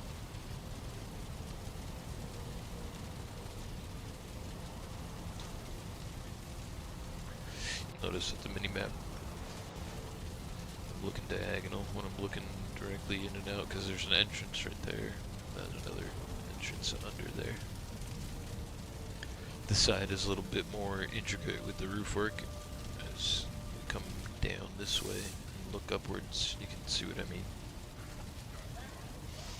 the other thing too is because it's so far up there, a lot of the big light from those, when you put on performance settings, like kind of even still goes away, like because you're so far from it.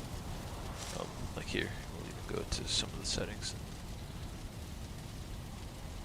Graphics, like this is really another thing too that will get your stuff to kind of go to a slow chug, but we'll put them all the way up at the highest one you can do, so that even when I'm down here, you've got all your active light points giving off light. It's also a little bit, at that point, too much light, because you've got four, you can see the stuff better, but like the roofing and everything, you can see I don't really have too much, even with the rig that I got, I don't have too much like loss of frame or anything, frame rate. I just kind of prefer the look of the ceiling being a little bit darker and letting more of that natural light come through, but when you get it all turned up, it's well lit in here.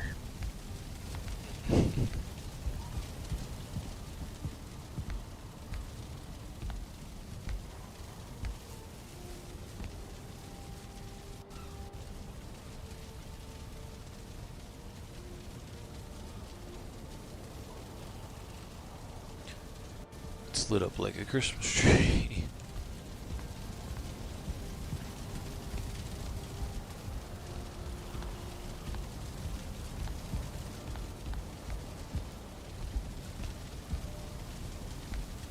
So I usually do have the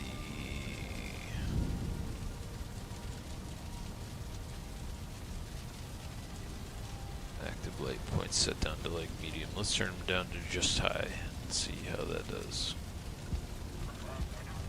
Yeah, so you see them dim up a little bit, and you can see more of that like natural light through the big giant windows I built up there too.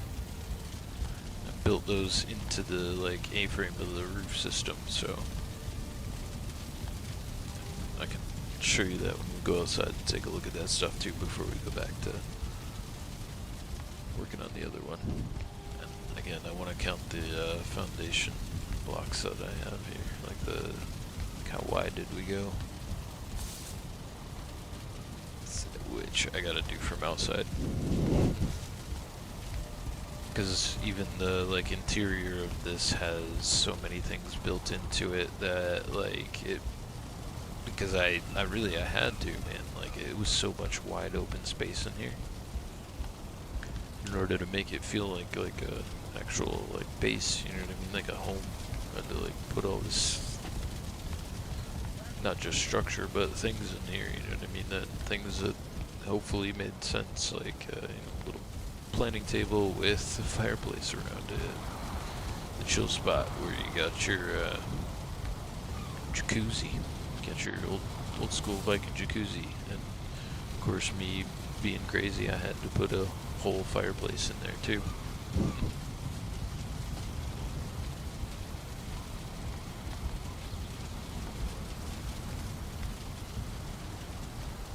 I probably should have said something about the settings at the very tippy top of the stream too, because it is definitely a balance that you want to try to strike when building your base, and they still do give off light, but there's not as many like active light points, so you can see more of the like shadowing effect too, of the natural light coming in from that up there at the top. Here, I'll give you a look from there, because I bet there's some good light coming in. Yeah, like you can see the design of that like carved wood stuff, like kind of being shadowed kind of on this wall up here. A lot better without all those active light points. And again too, that's like that'll help you guys look like a performance thing when you're trying to build big like this, but still have like natural light and you know, like braziers to keep your whole base lit. But keeping it down to medium also provides you to just be able to walk around here without like being blinded. That probably looks cool too. See, that's that's exactly what I'm talking about.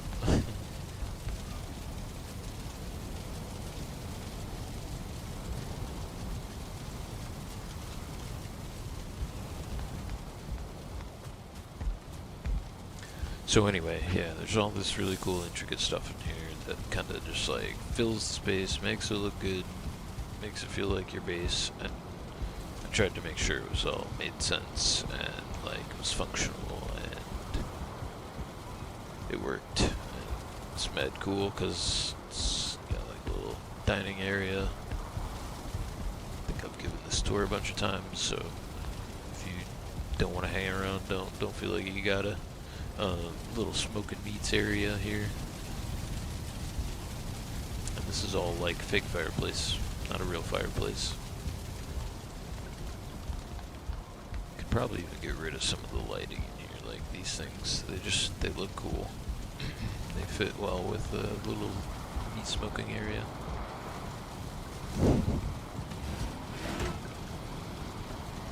Fully functional like kitchen with your meat kettle. Cauldron.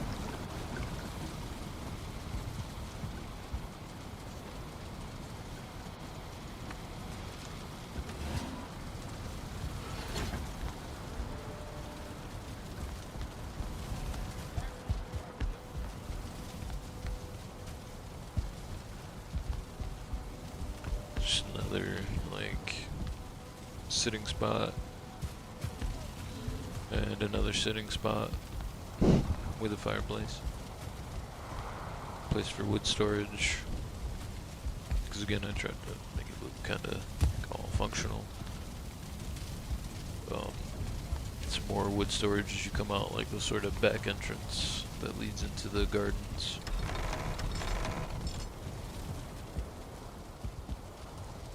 And upstairs is like the living quarters where the beds are and stuff.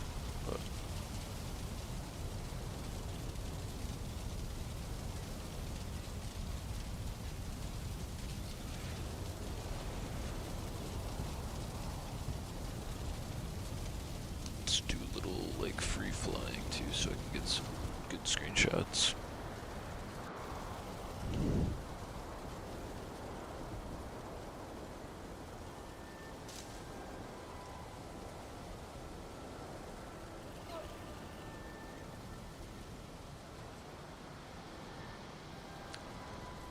Also, I tried to make sure that everything had dimension to it.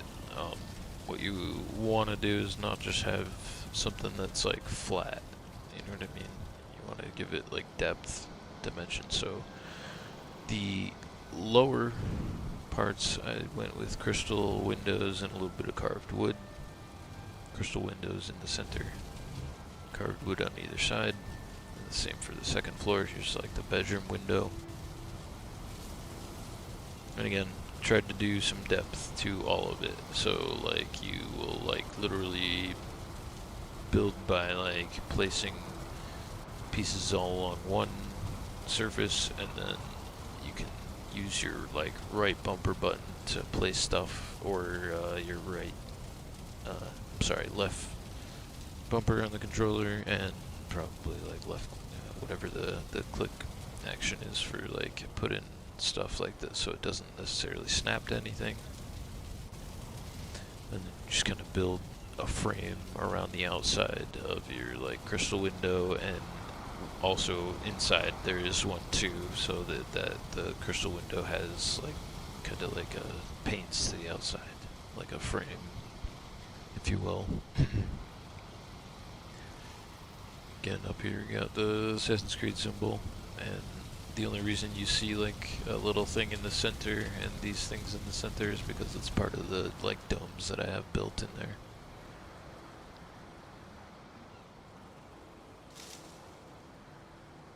Just outer edge we tried to make look very woolly mammoth-like with like these rib pieces. You do that by turning each one on its axis and using the other attach points to like attach. So you build like one straight all the way down, and then you attach one in and rotate it at each point, and as you rotate it, wow, that's weird. That's weird. I didn't mean for that to happen. Sorry about that. And as you rotate each piece and then attach it, it gives you that sort of spiral, sort of ribbed look to it. As if it's like, you know, the rib cage like a woolly mammoth. And again, the front has depth to it as well. Like, there's actually a couple like pieces to the windows. Like, you've got the windows themselves. You've got like an interior kind of flat pane, and then the exterior that gives it that kind of depth. So when you're, you know, outside walking around it, it looks like it's got depth to it, because it does.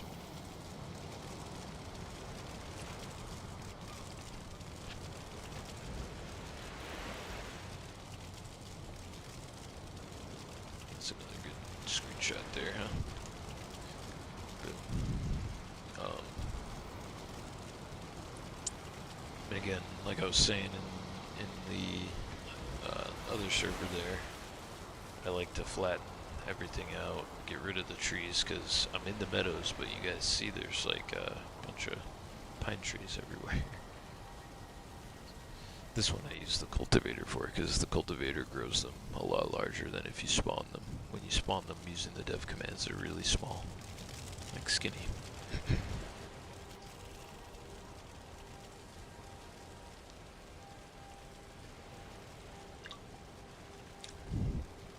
So, now that I've pretty much explained,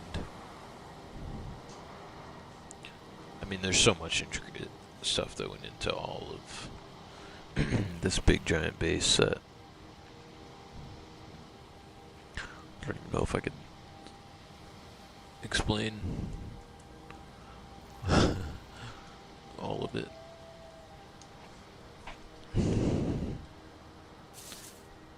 So now that we've done that, I am going to try to get a couple more good screenshots real quick, and then count it up, and we'll go back to the other one.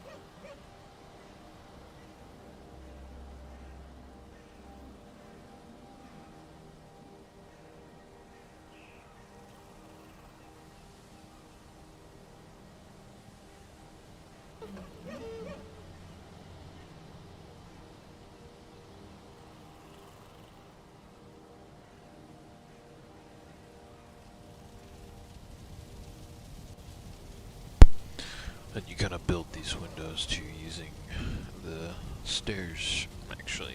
You just kind of angle them in and then build a little bit of a extended roof over them.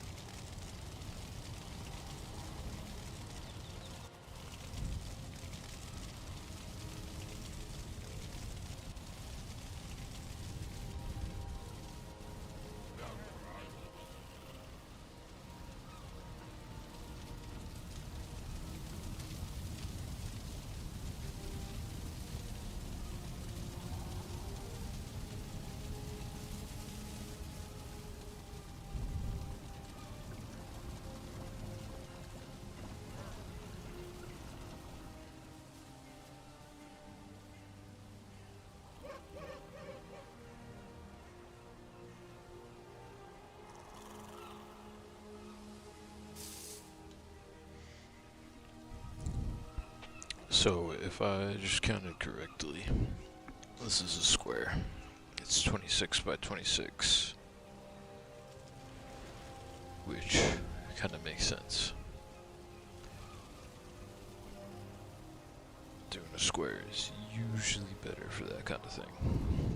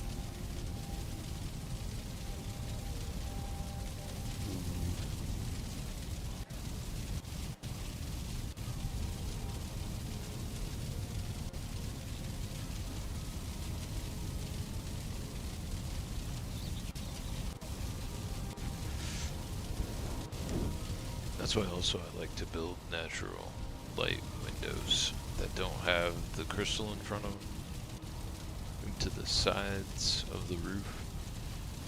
Crystal ones are nice because they kind of, like, with the wall and the actual window, gives you a little bit more space to build stuff inside it. This little mage's area.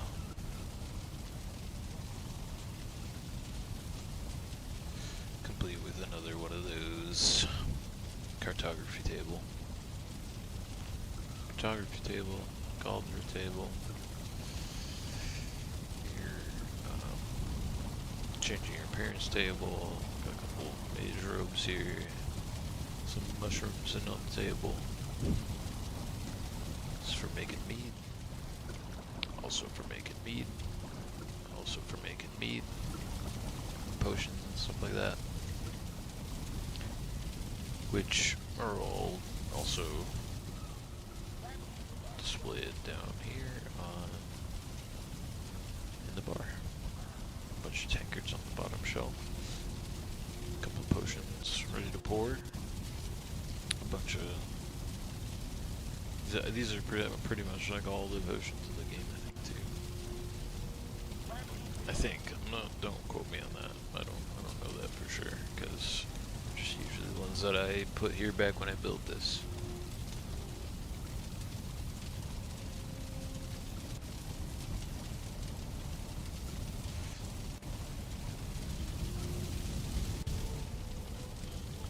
Another little mini fig fireplace. And another little mini fig fireplace. There's a couple of those throughout this build. That's a real one.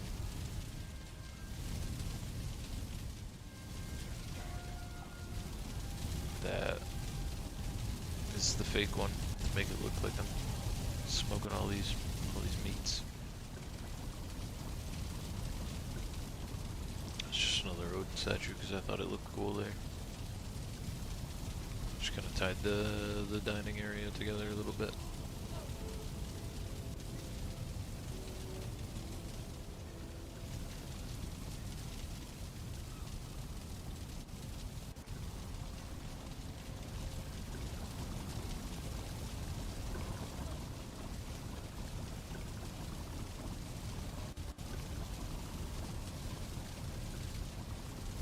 Side of the kitchen, it's got your oven and your meal prep table. It's like a little window, but then you got two fermenters up top too. I think I put a third one in there just to fill the like empty gap that you can see on that side there. And just make it look like you got one for storage. There's also a mead kettle up here that's just for decoration. But that is 100% a working oven, and this is that full kitchen like I was saying earlier.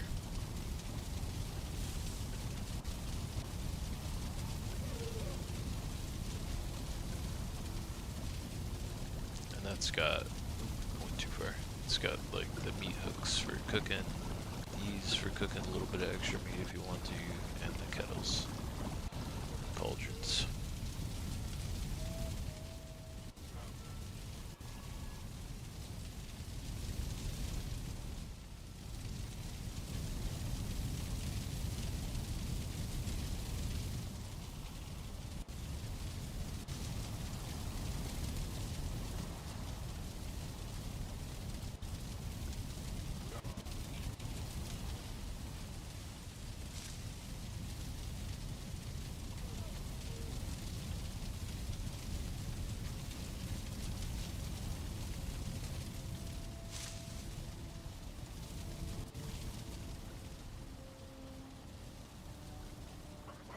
So yeah, I don't know. That's kind of the whole kit and caboodle of that one. So it's a square. There's the whole thing right there, man. That's all of it. Get the whole tour. Kind of went a little bit in depth on it too. But let's go now back to the other one. At least armed with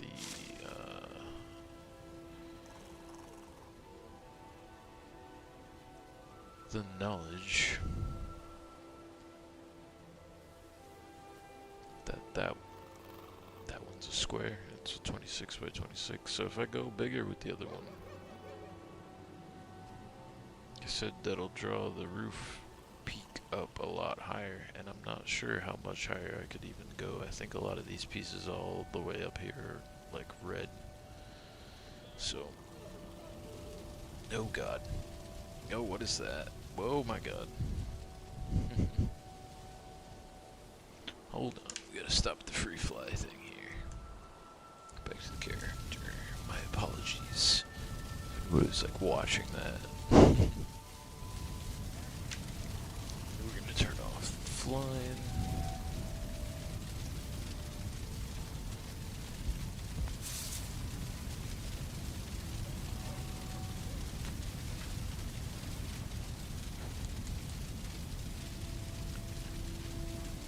Might even want to turn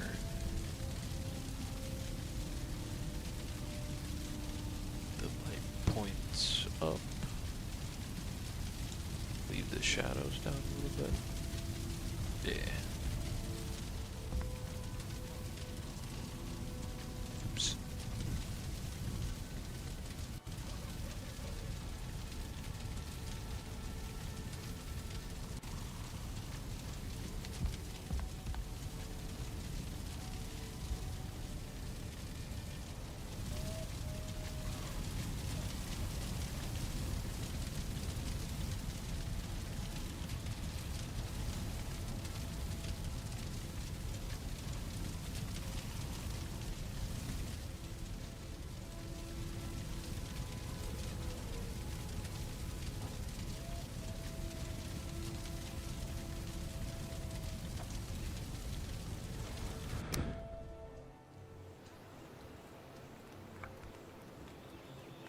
But we can certainly try to go a little bit bigger. Because I think if I make it a little bit longer than that one, we might be able to like provide more like central supports. Nice looking place. I like when you can use the day-night cycle in a build. Yeah, that's kind of why too, Papa. That's why I was initially going for that. Sorry if I didn't catch that. I was kind of trying to get an idea how big that one was so I could see if I could go bigger with this one. But yeah, that's what I was attempting to do with a lot of my builds when I would like try to orient them like, you know, east and westward and kind of have the sort of front, I guess, be like north and south. So now I gotta remember, it's this one that was like the most recent one that I started. But yeah, me too, I like that, because it allows the sunlight and the moonlight to come through those like natural light windows and stuff like that. But Thank you, man. Thank you for saying.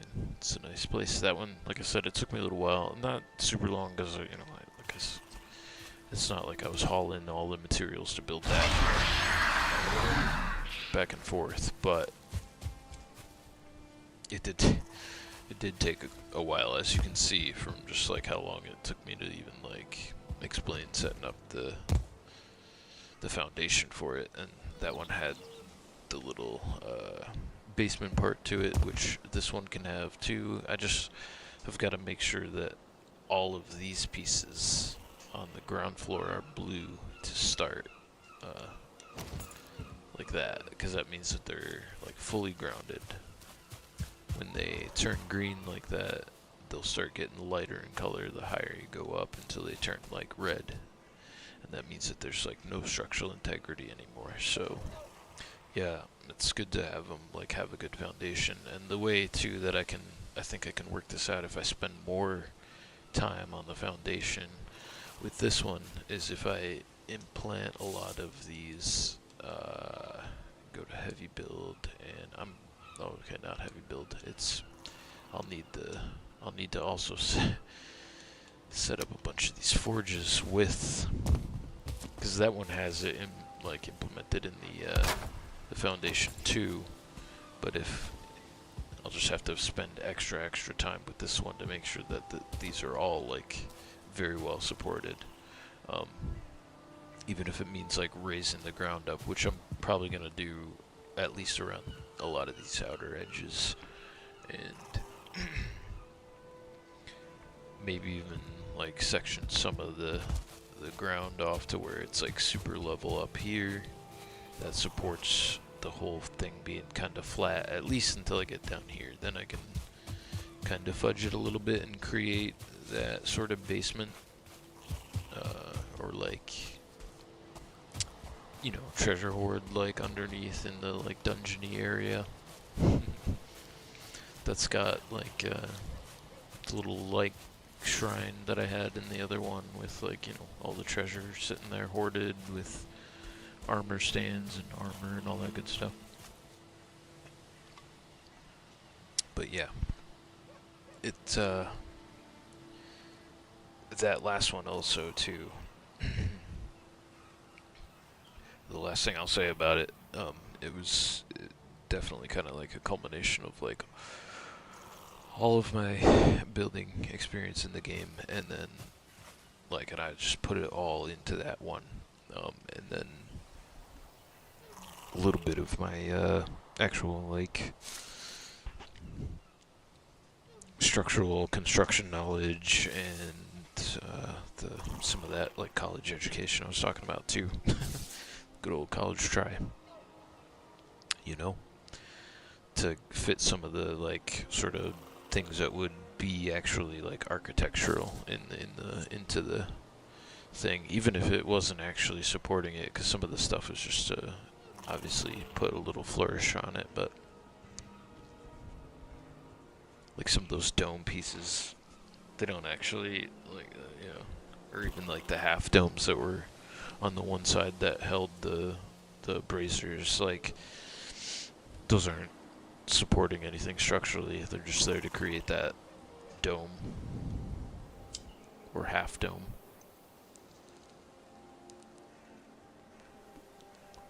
And a lot of this like scalloped arches that you saw in the center too, they're not structural. That's mostly flourish. Although it does inherently provide a little bit of structural integrity as you go up, like further up towards the top of it. But speaking of that, like orientation too, like even this one, I'm trying to get more of like a direct, like straightforward, like east and west, north and south, like orientation, so that when I build those like natural windows into it, like it allows a ton of light. And I want to try to incorporate that even more into this one if I'm gonna make it bigger and like kind of go longer with it, which I want to build it in more of a rectangular shape, because then I feel like I can also give more of the center of a support, grounding all of it. And I think what I'll do is, so I can, I should be trying to get some sleep here, but, so I think what I'm going to do is I'm going to finish off the rectangle here, because this is going to be a lot more than just like a simple how-to tutorial, and like a project type tutorial where I'm going through lots of this stuff like separately. I'll probably go back and change the title of this one to be like part 1, you know what I mean? That way, like when I come back to it, I can designate it, and even maybe like put it into a playlist so it's like just easily accessible for anybody on YouTube that wants to look at it and go through it, because I know like the long stream stuff too, it's not always what people want to look for, but might even just start editing stuff that's like more on a smaller scale for this kind of thing, like the how-tos of the specifics of it, you know, like the just on a way smaller scale. Just do like a 9x9 or a 3x3 or whatever to make a 9 square 9. You know what I'm trying to say. Like one of these.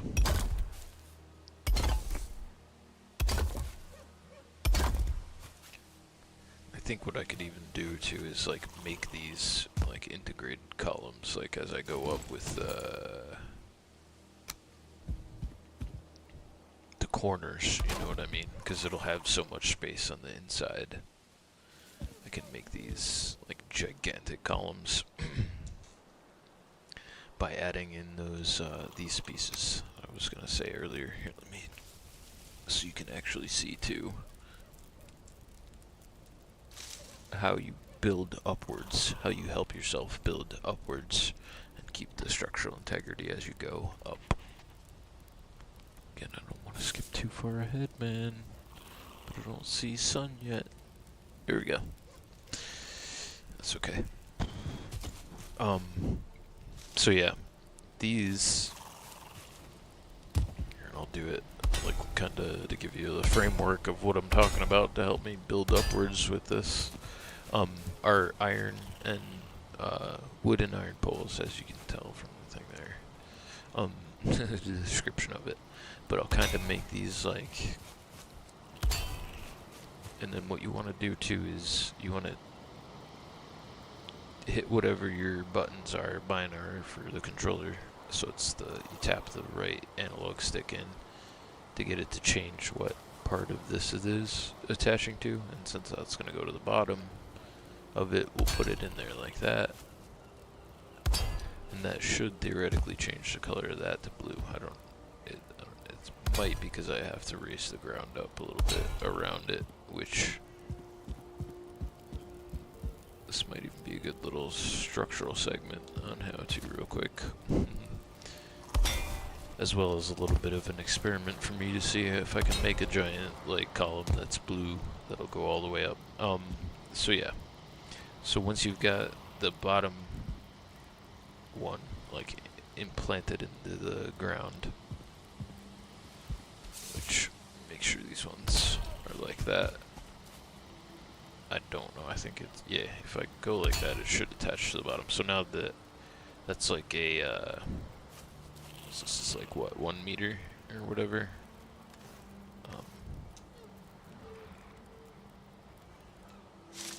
No, it's a 2 meter pole. Okay, so I've got basically like 4 meters and it's still blue there. So then we're gonna attach to the top of it now, like so.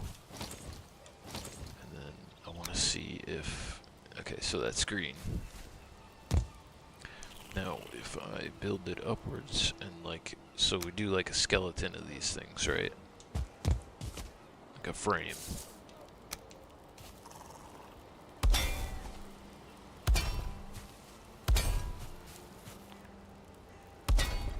And I mean, if you've got like a crazy computer, you could really go crazy on the support for this, for like a giant column like this, if you're gonna try to do this to help yourself build upward. But again, the main trick too to helping yourself build upward is leveling everything out up to the bottom part that you want it to be at. Cause like, I don't know why that's not blue.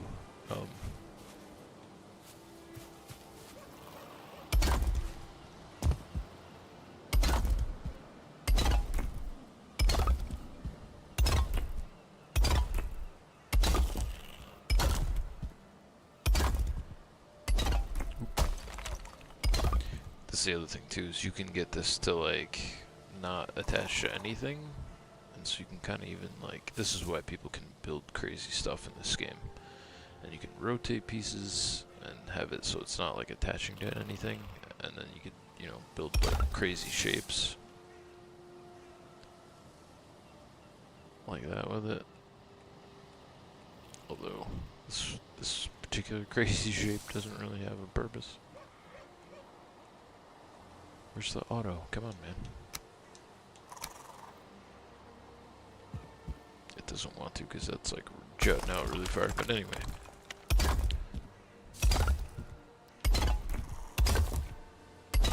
I might even have to figure out a way I could like turn this into that like sort of cellar wall down here and make a doorway too, which will cut into some of the structural integrity if I don't add a lot of those like wood iron poles as well, and bring the ground up around the outer edge of this.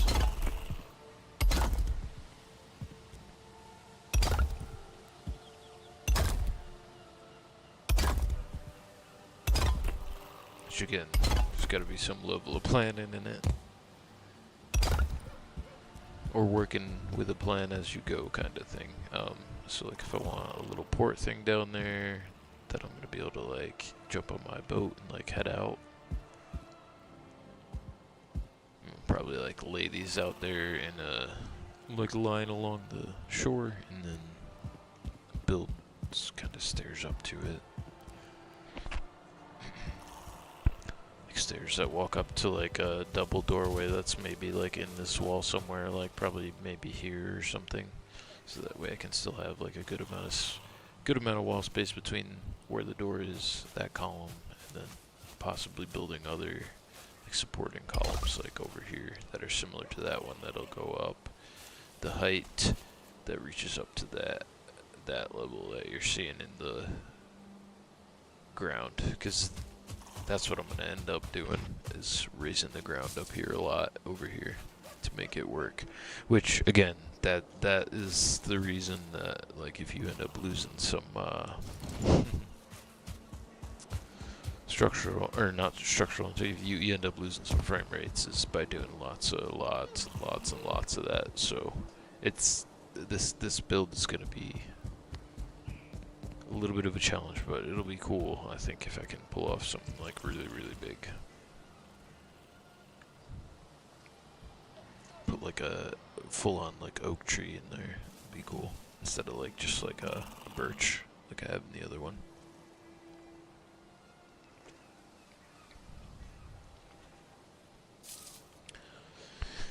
So yeah, anyway, I'm gonna try to finish off this rectangle and then we'll call it. Bunch of screenshots too that I could share on YouTube in some posts and share on Reddit in the Valheim like building subreddits and the Valheim subreddit itself. We've got 26 though this way. The other one was 26 by 26. This one I'm gonna try to go longer with it. Just cause I don't know if I'll be able to make the interior so like intricate. I don't know, cause we're building lots of pieces here.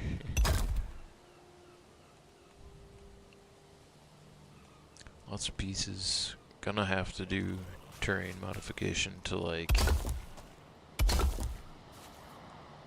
make it, you know, stand upright without falling down at the peaks. Because even that other one, that 26 by 26, was kind of frustrating. The peaks were hard to ensure that they were like structurally sound. And the other thing is too, is like I'm not worried too much about putting those in the ground, because when I go to raise some of it up, like the ground will be raised up around either side enough to like just break some of them down to where it won't even, like you won't need them. Because there'll be so much ground on either side of them.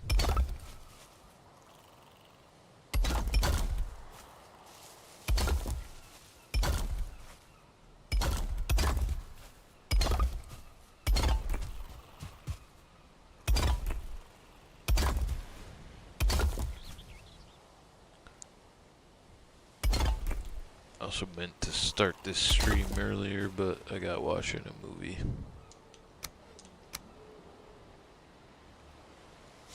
I got to watching a movie.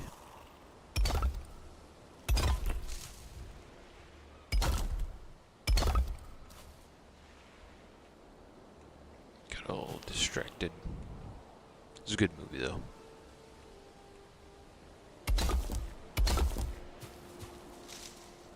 This too is kind of what I was talking about. When you want to hide some stuff, you can always like use snapping points of things to just cover it right over.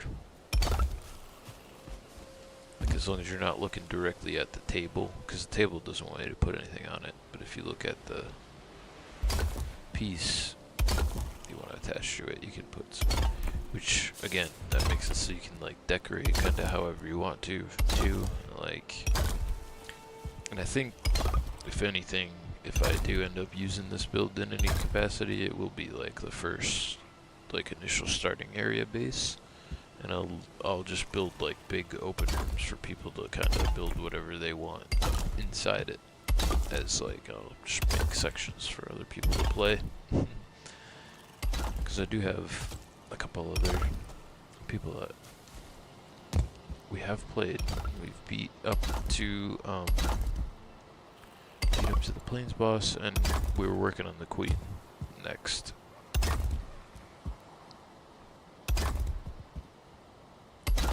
Definitely trying to work our way up to the Queen. You probably might remember the giant ass like seeker bugs. Oop, shit.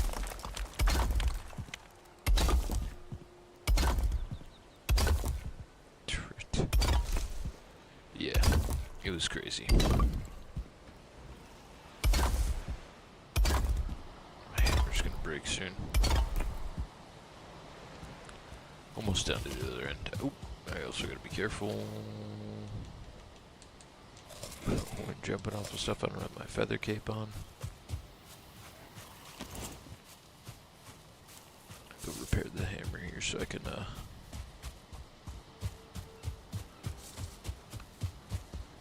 finish the rectangle. The giant triangle. It's sort of gonna be a triangle-ish. It's an A-frame, like an actual A-frame.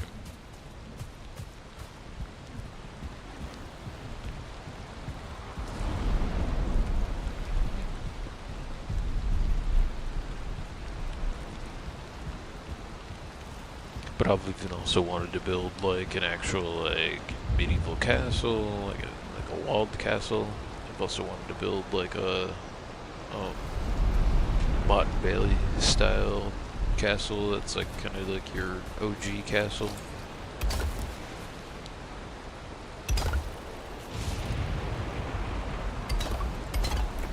That would be more like closer to what Vikings would do. A bunch of longhouses inside of like a small walled area with like a mead hall or like a chieftain's kind of meeting hall type thing or whatever. Where all the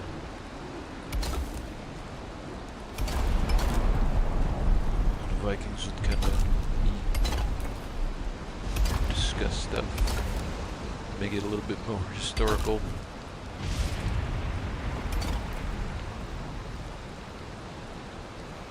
I've wanted to do that, but even with the dev commands, like building is quite a process. Quite a long process. All right.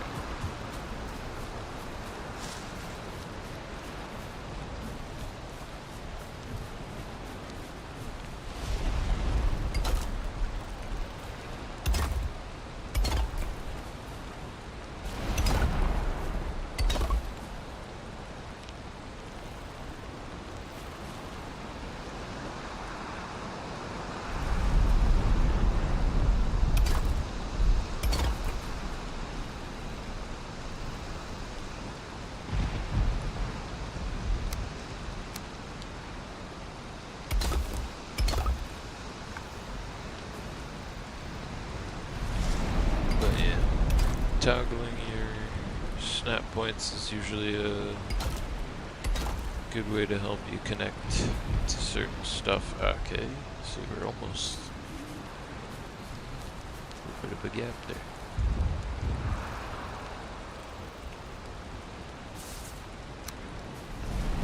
Okay. Fix that real quick.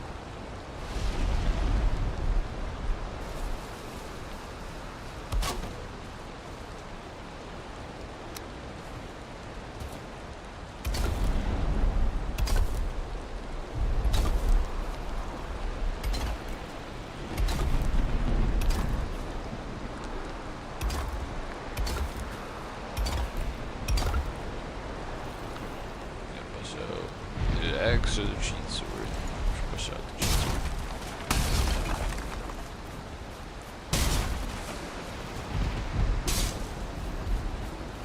The cheat sword will even take out the benches, which I do gotta move them.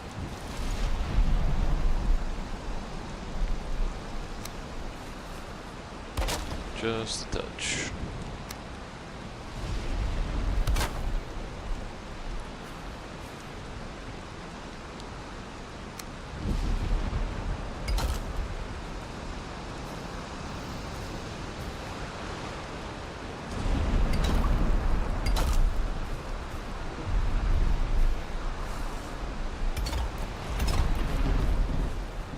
I do have one that is like far more scaled down and usable. I mean, not that that other one isn't. Most people don't. Goodness, I really gotta should just move them inwards.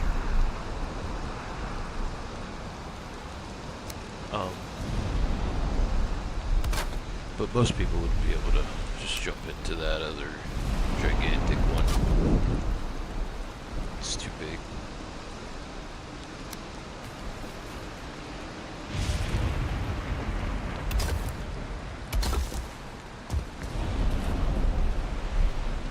The rectangle is complete with this final cornerstone.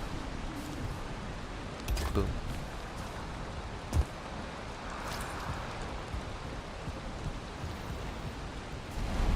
Almost wish I could, like, oh, you know what I could do?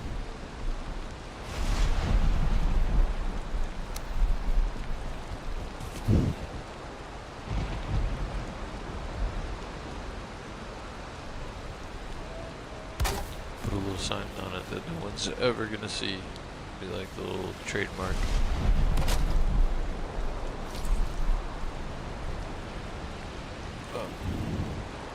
What day is it? Like 6 or 7? Yeah.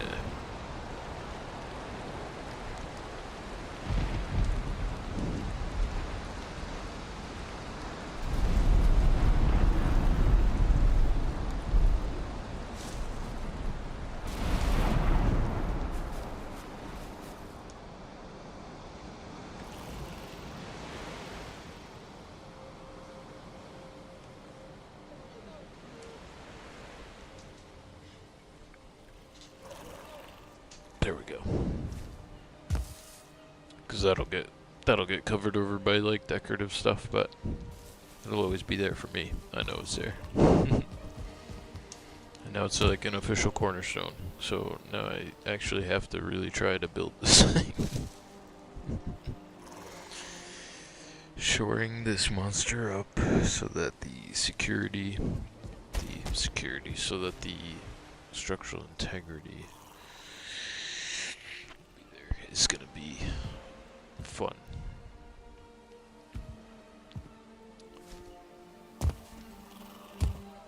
This might actually be a good spot to make the start of the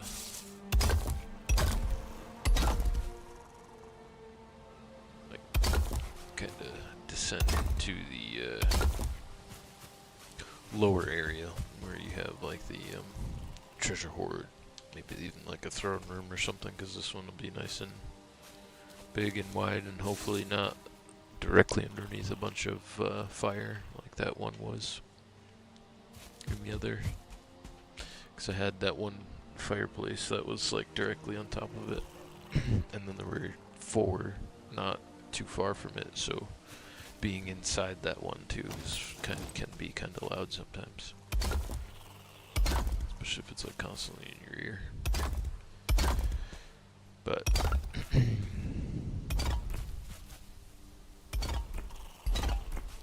kind of finish laying out the floor plan, I guess, for this thing here.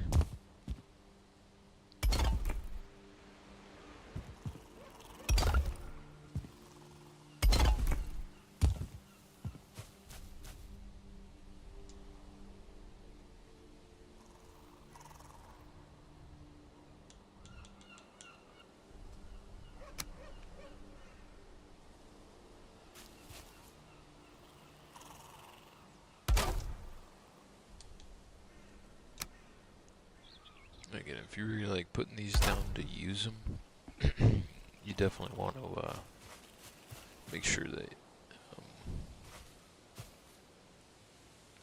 you can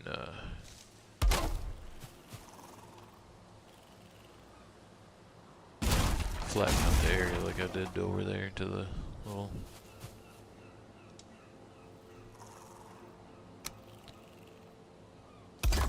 little workshop thing for tool repairs.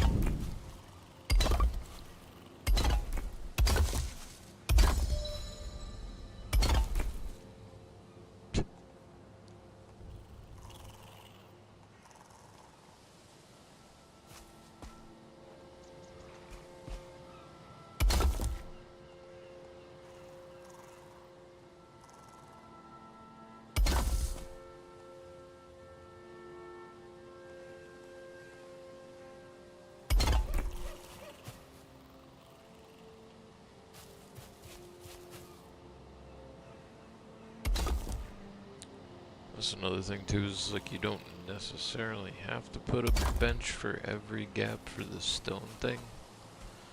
Like if you're close enough to the piece you want to attach to, you could like say, oh, I can't. Missing requirement, missing the stone cutter. What the heck? Alright, so you just go back a little bit. And if you can still see it while you're inside the border of like one of the other ones, good to go. But if you're using the bench for like making sure mobs don't spawn purpose, then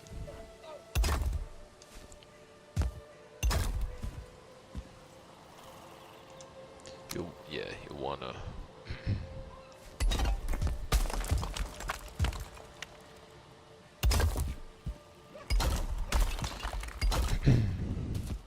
make sure you don't have any gaps like that,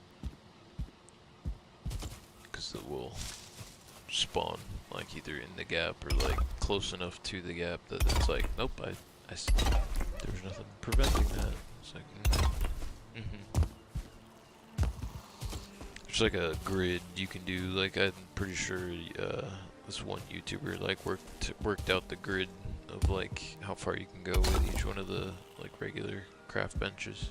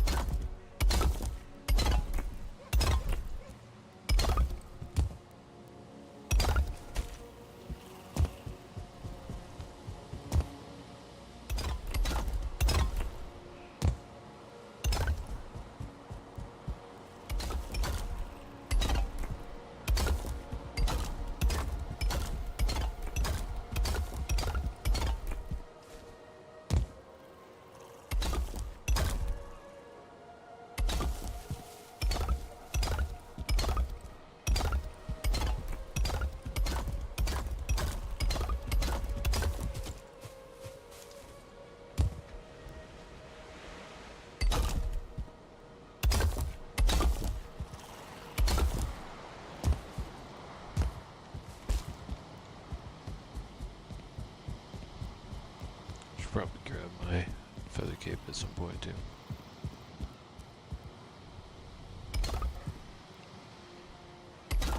Or just put the flying dev command on.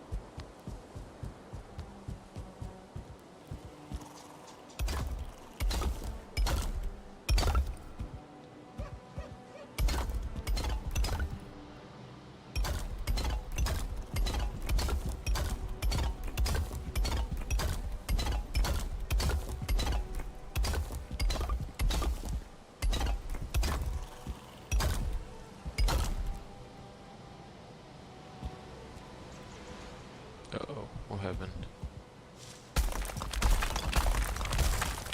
Something got mashed up. What?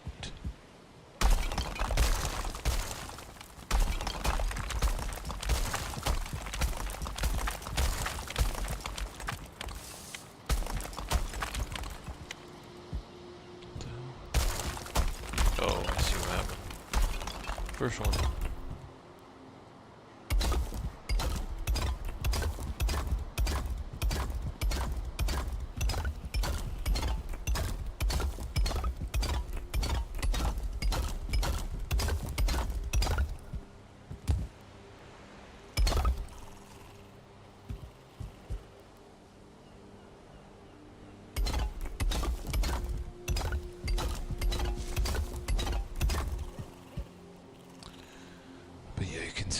Too, probably you can see some of the structural integrity kind of going away a little bit, like the green is getting a little bit lighter. It should turn red, but I'm hoping I can raise up some of the ground to this level.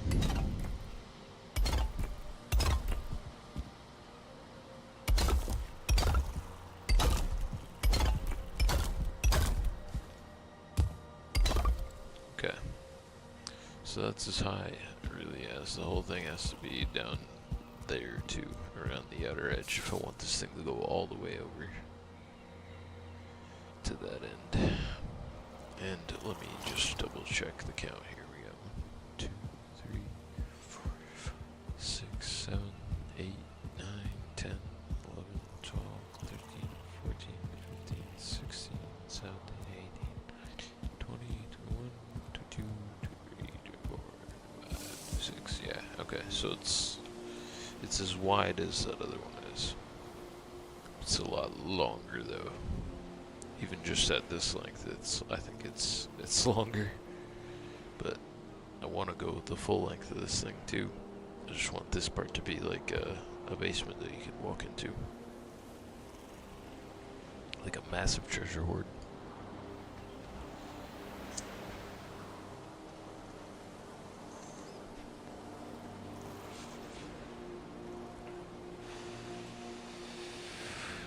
Like line the pieces with, or line the walls rather, with like the grouse and pieces and make it look really nice.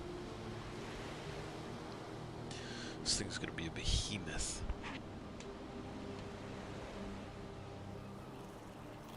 I also want to try something new with the roof if I'm gonna build like super tall as well. So this is really gonna take a little bit of it was something that I saw somewhere, I think on Reddit, but I'm definitely gonna try that with the roof. That's a little bit different. And I might even try to do that smaller scale in another spot at some point.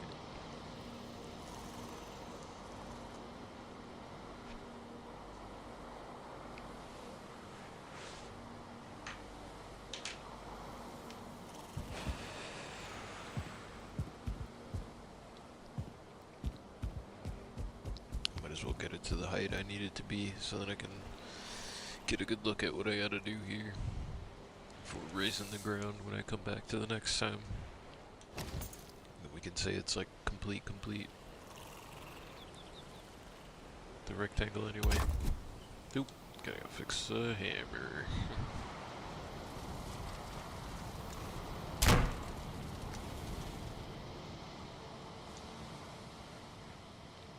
We'll just start using the fly to complete this phase of construction.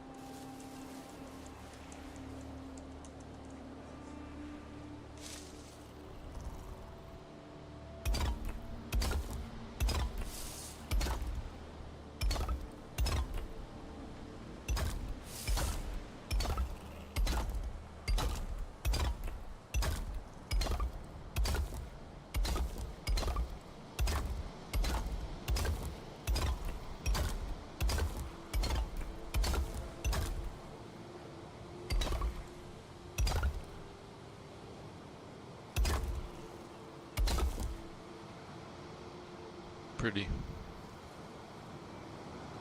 sunrise. Dude, this thing is gonna be fucking ginormous. If I can pull it off, it's gonna be gigantic.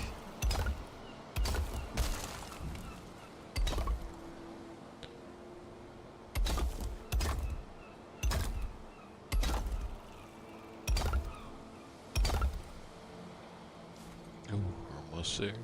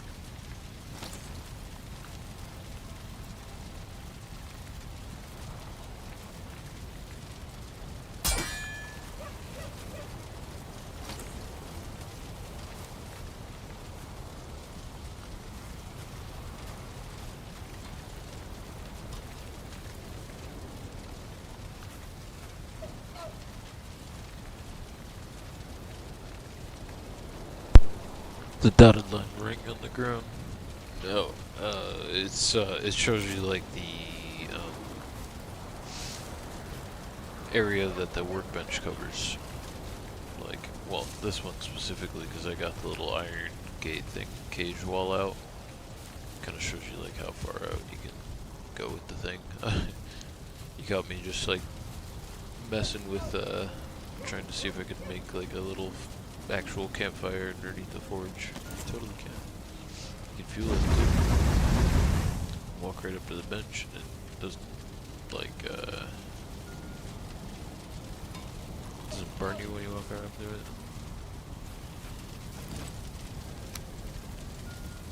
Just messing around with it.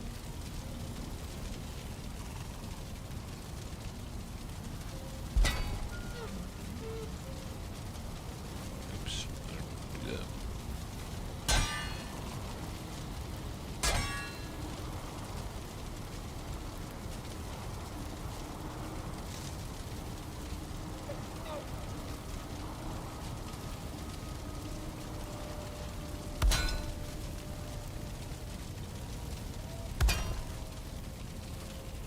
That's pretty dope.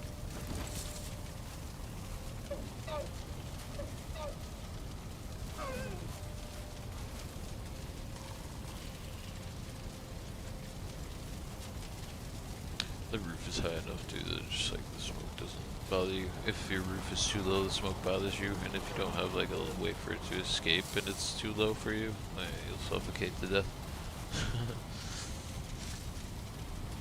Yeah, build area. So put down as many as you want to place. Yeah, they cost 10 wood. So you like chop down a tree, bust out your axe, go chop down a tree, get you some wood, and you can build a workbench. And then yeah, you can literally set down as many as you want. Earlier too, I was mentioning you can like kind of hide them into your build and stuff like that. Like a lot of times too, like what I'll do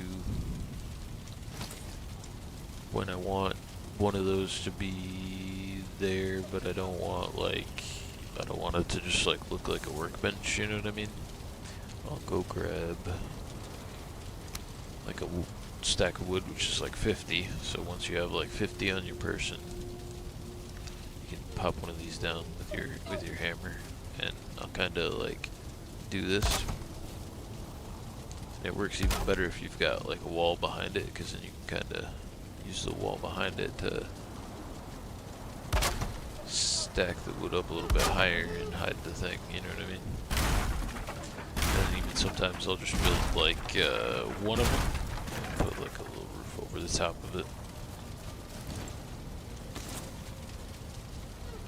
That kind of hides it in the like.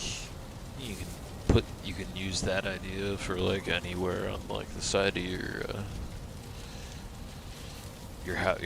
base. You know what I mean? To like extend the build area or to like make it wider. They've also added this thing to a shield generator. And that makes it so that anything within the radius of this thing, you don't even feel the effects of like being wet. And it also protects you against the like boiling rain in the ashlands. That like red biome I was showing you earlier down at the bottom of the map.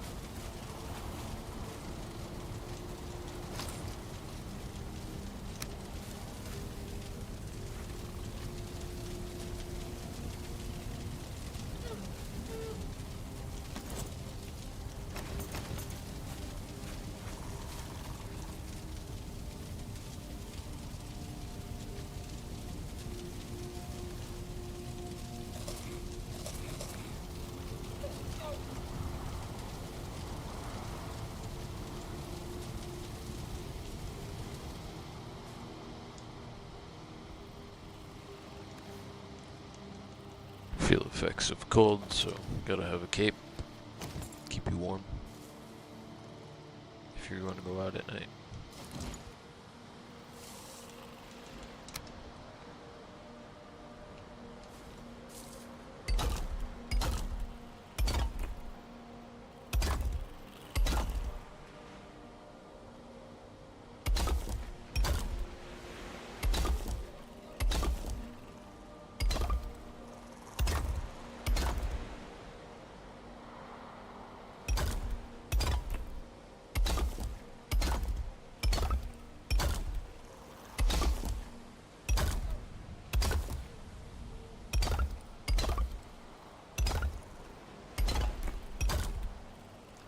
There's like a feather cape you can get too, so you can like float.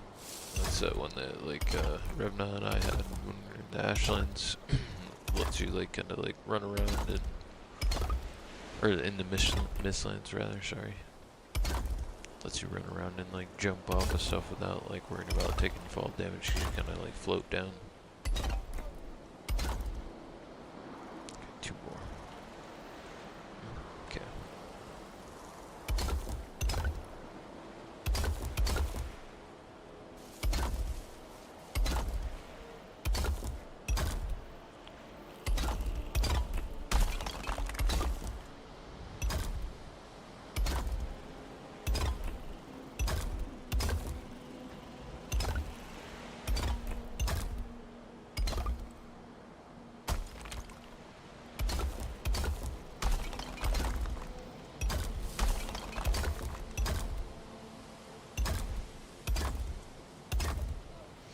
But yeah, you can put down as many of those workbenches as you want.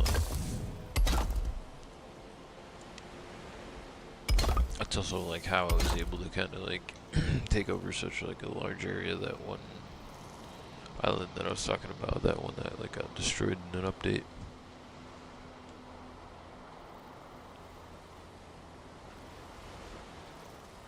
Get interweaves and block for patterns. I mean, I definitely can. Right now I'm just laying out like the rough outline of the foundation, because usually what I like to do too, which kinda I think ends up making it more pieces, is like laying out that like actual brick pattern. And I don't know, I think I'm gonna do that outside with like regular stone, like this regular kind of rough cut looking stone stuff, just to like, but what I like to, here, let me go close up this little end thing, and exactly the way that I'm talking about is like kind of set up that actual like brick pattern to it, you know what I mean?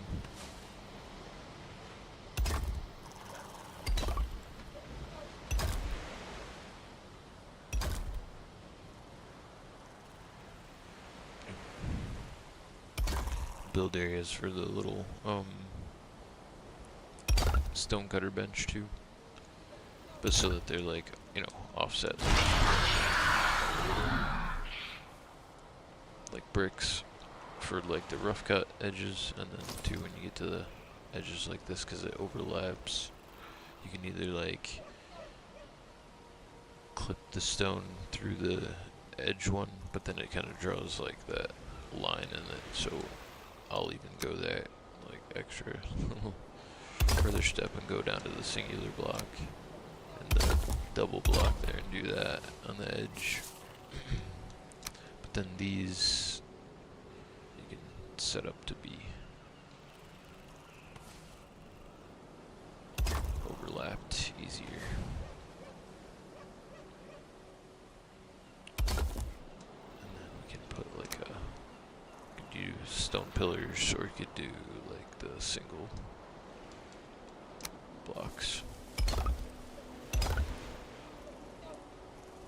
And then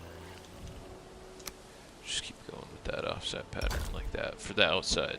The inside I'm gonna make like way more like intricate. I want it to kind of look like unassuming on the outside, you know what I mean? Because they've got those these crazy cool like grouse pieces that have like much sharper cuts to them, and you can make like columns. And you got these types of columns which I use to support that one in the middle, like the bigger columns. And I kind of want to put these on the inside want to make it look a little bit more rustic, I guess, on the outside. But you can definitely do patterns, and you can do patterns with the flooring. Like even the regular one, you can imagine you can do all kinds of cool stuff with the flooring. And that's provided that, like, if it's over the top of something, you don't mind the opposing, like, bottom pieces. Because here, if I extend it out, I'll show you what I mean.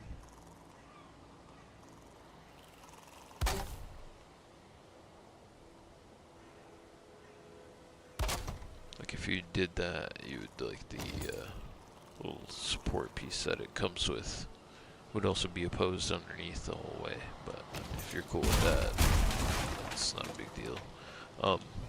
It's more pronounced though in the like cooler looking floor that you can make even crazier designs with, because it's the like diagonal ones. And you might have saw some of the flooring design in that other base where I did, like, you know, diamonds leading up to the entrance. And I didn't mind it because I had, like, just flat stone underneath it, which is probably what I'll do too. But you can do, like, herringbone with this.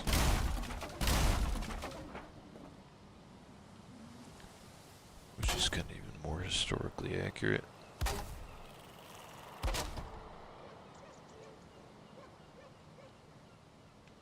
And you can imagine it looks mad cool when you get, like, the full thing going, you know.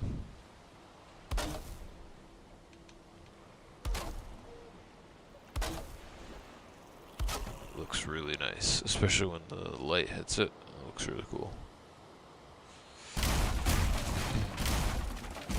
And you can, like, some of the pieces, which is how I made the actual bar in that one big one. You can take some of these two right here, and even this one too. You can make some cool, like, exterior kind of designs with them. Like, can show you some on, like, here, do it on the sun wall, but normally people, you know, you could probably just do that, and it looks cool, right? Like, it's like a half wall. But you can get them to interlace if you do two things. You could do it like this, where you, like, implant one like that, and then you could go back to these and get more of, like, a thing going like that. It's usually best to just, like, put one small one like that, because you can always make sure it's, like, even on each side at the ends.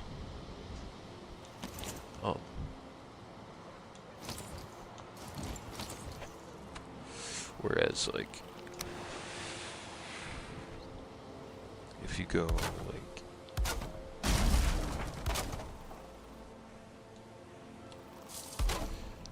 say if you go like that, right?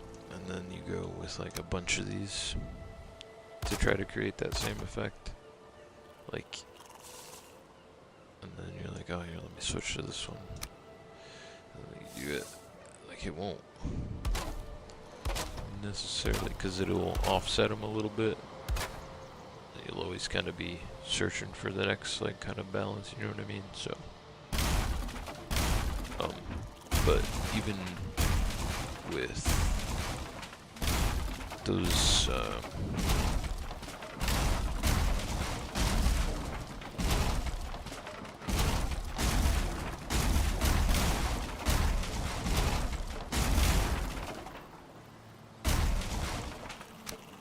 full ones, you can do cool stuff too.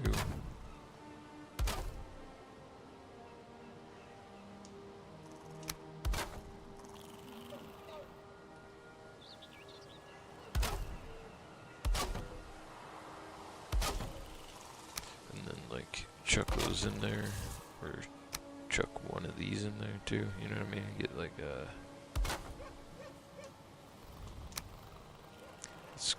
it's good to just throw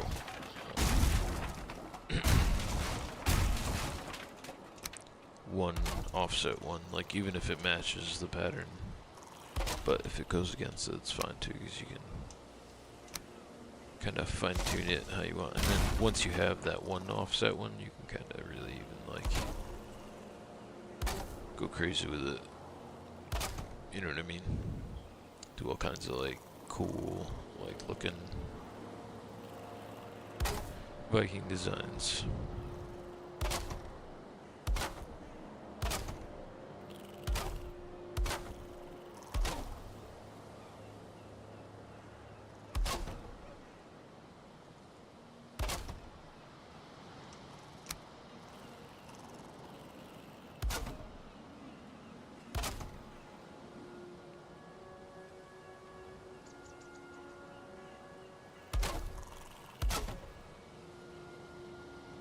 Like you can really get some crazy stuff going.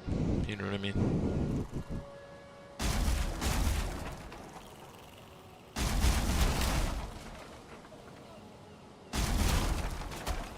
Oops. Fix it.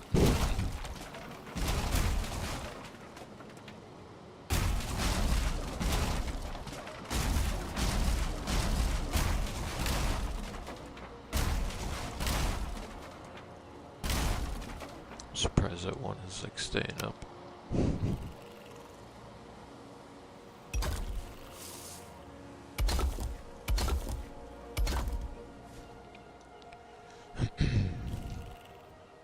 But yeah, on the outside I want it to look a little bit like rough cut, and then we'll go more, especially in this area where it's gonna be the like basement part.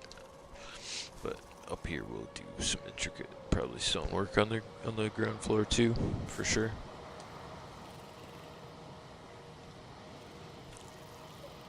Almost complete. 4 more do across here, and then I will call it for sure. Let's go repair the hammer real quick.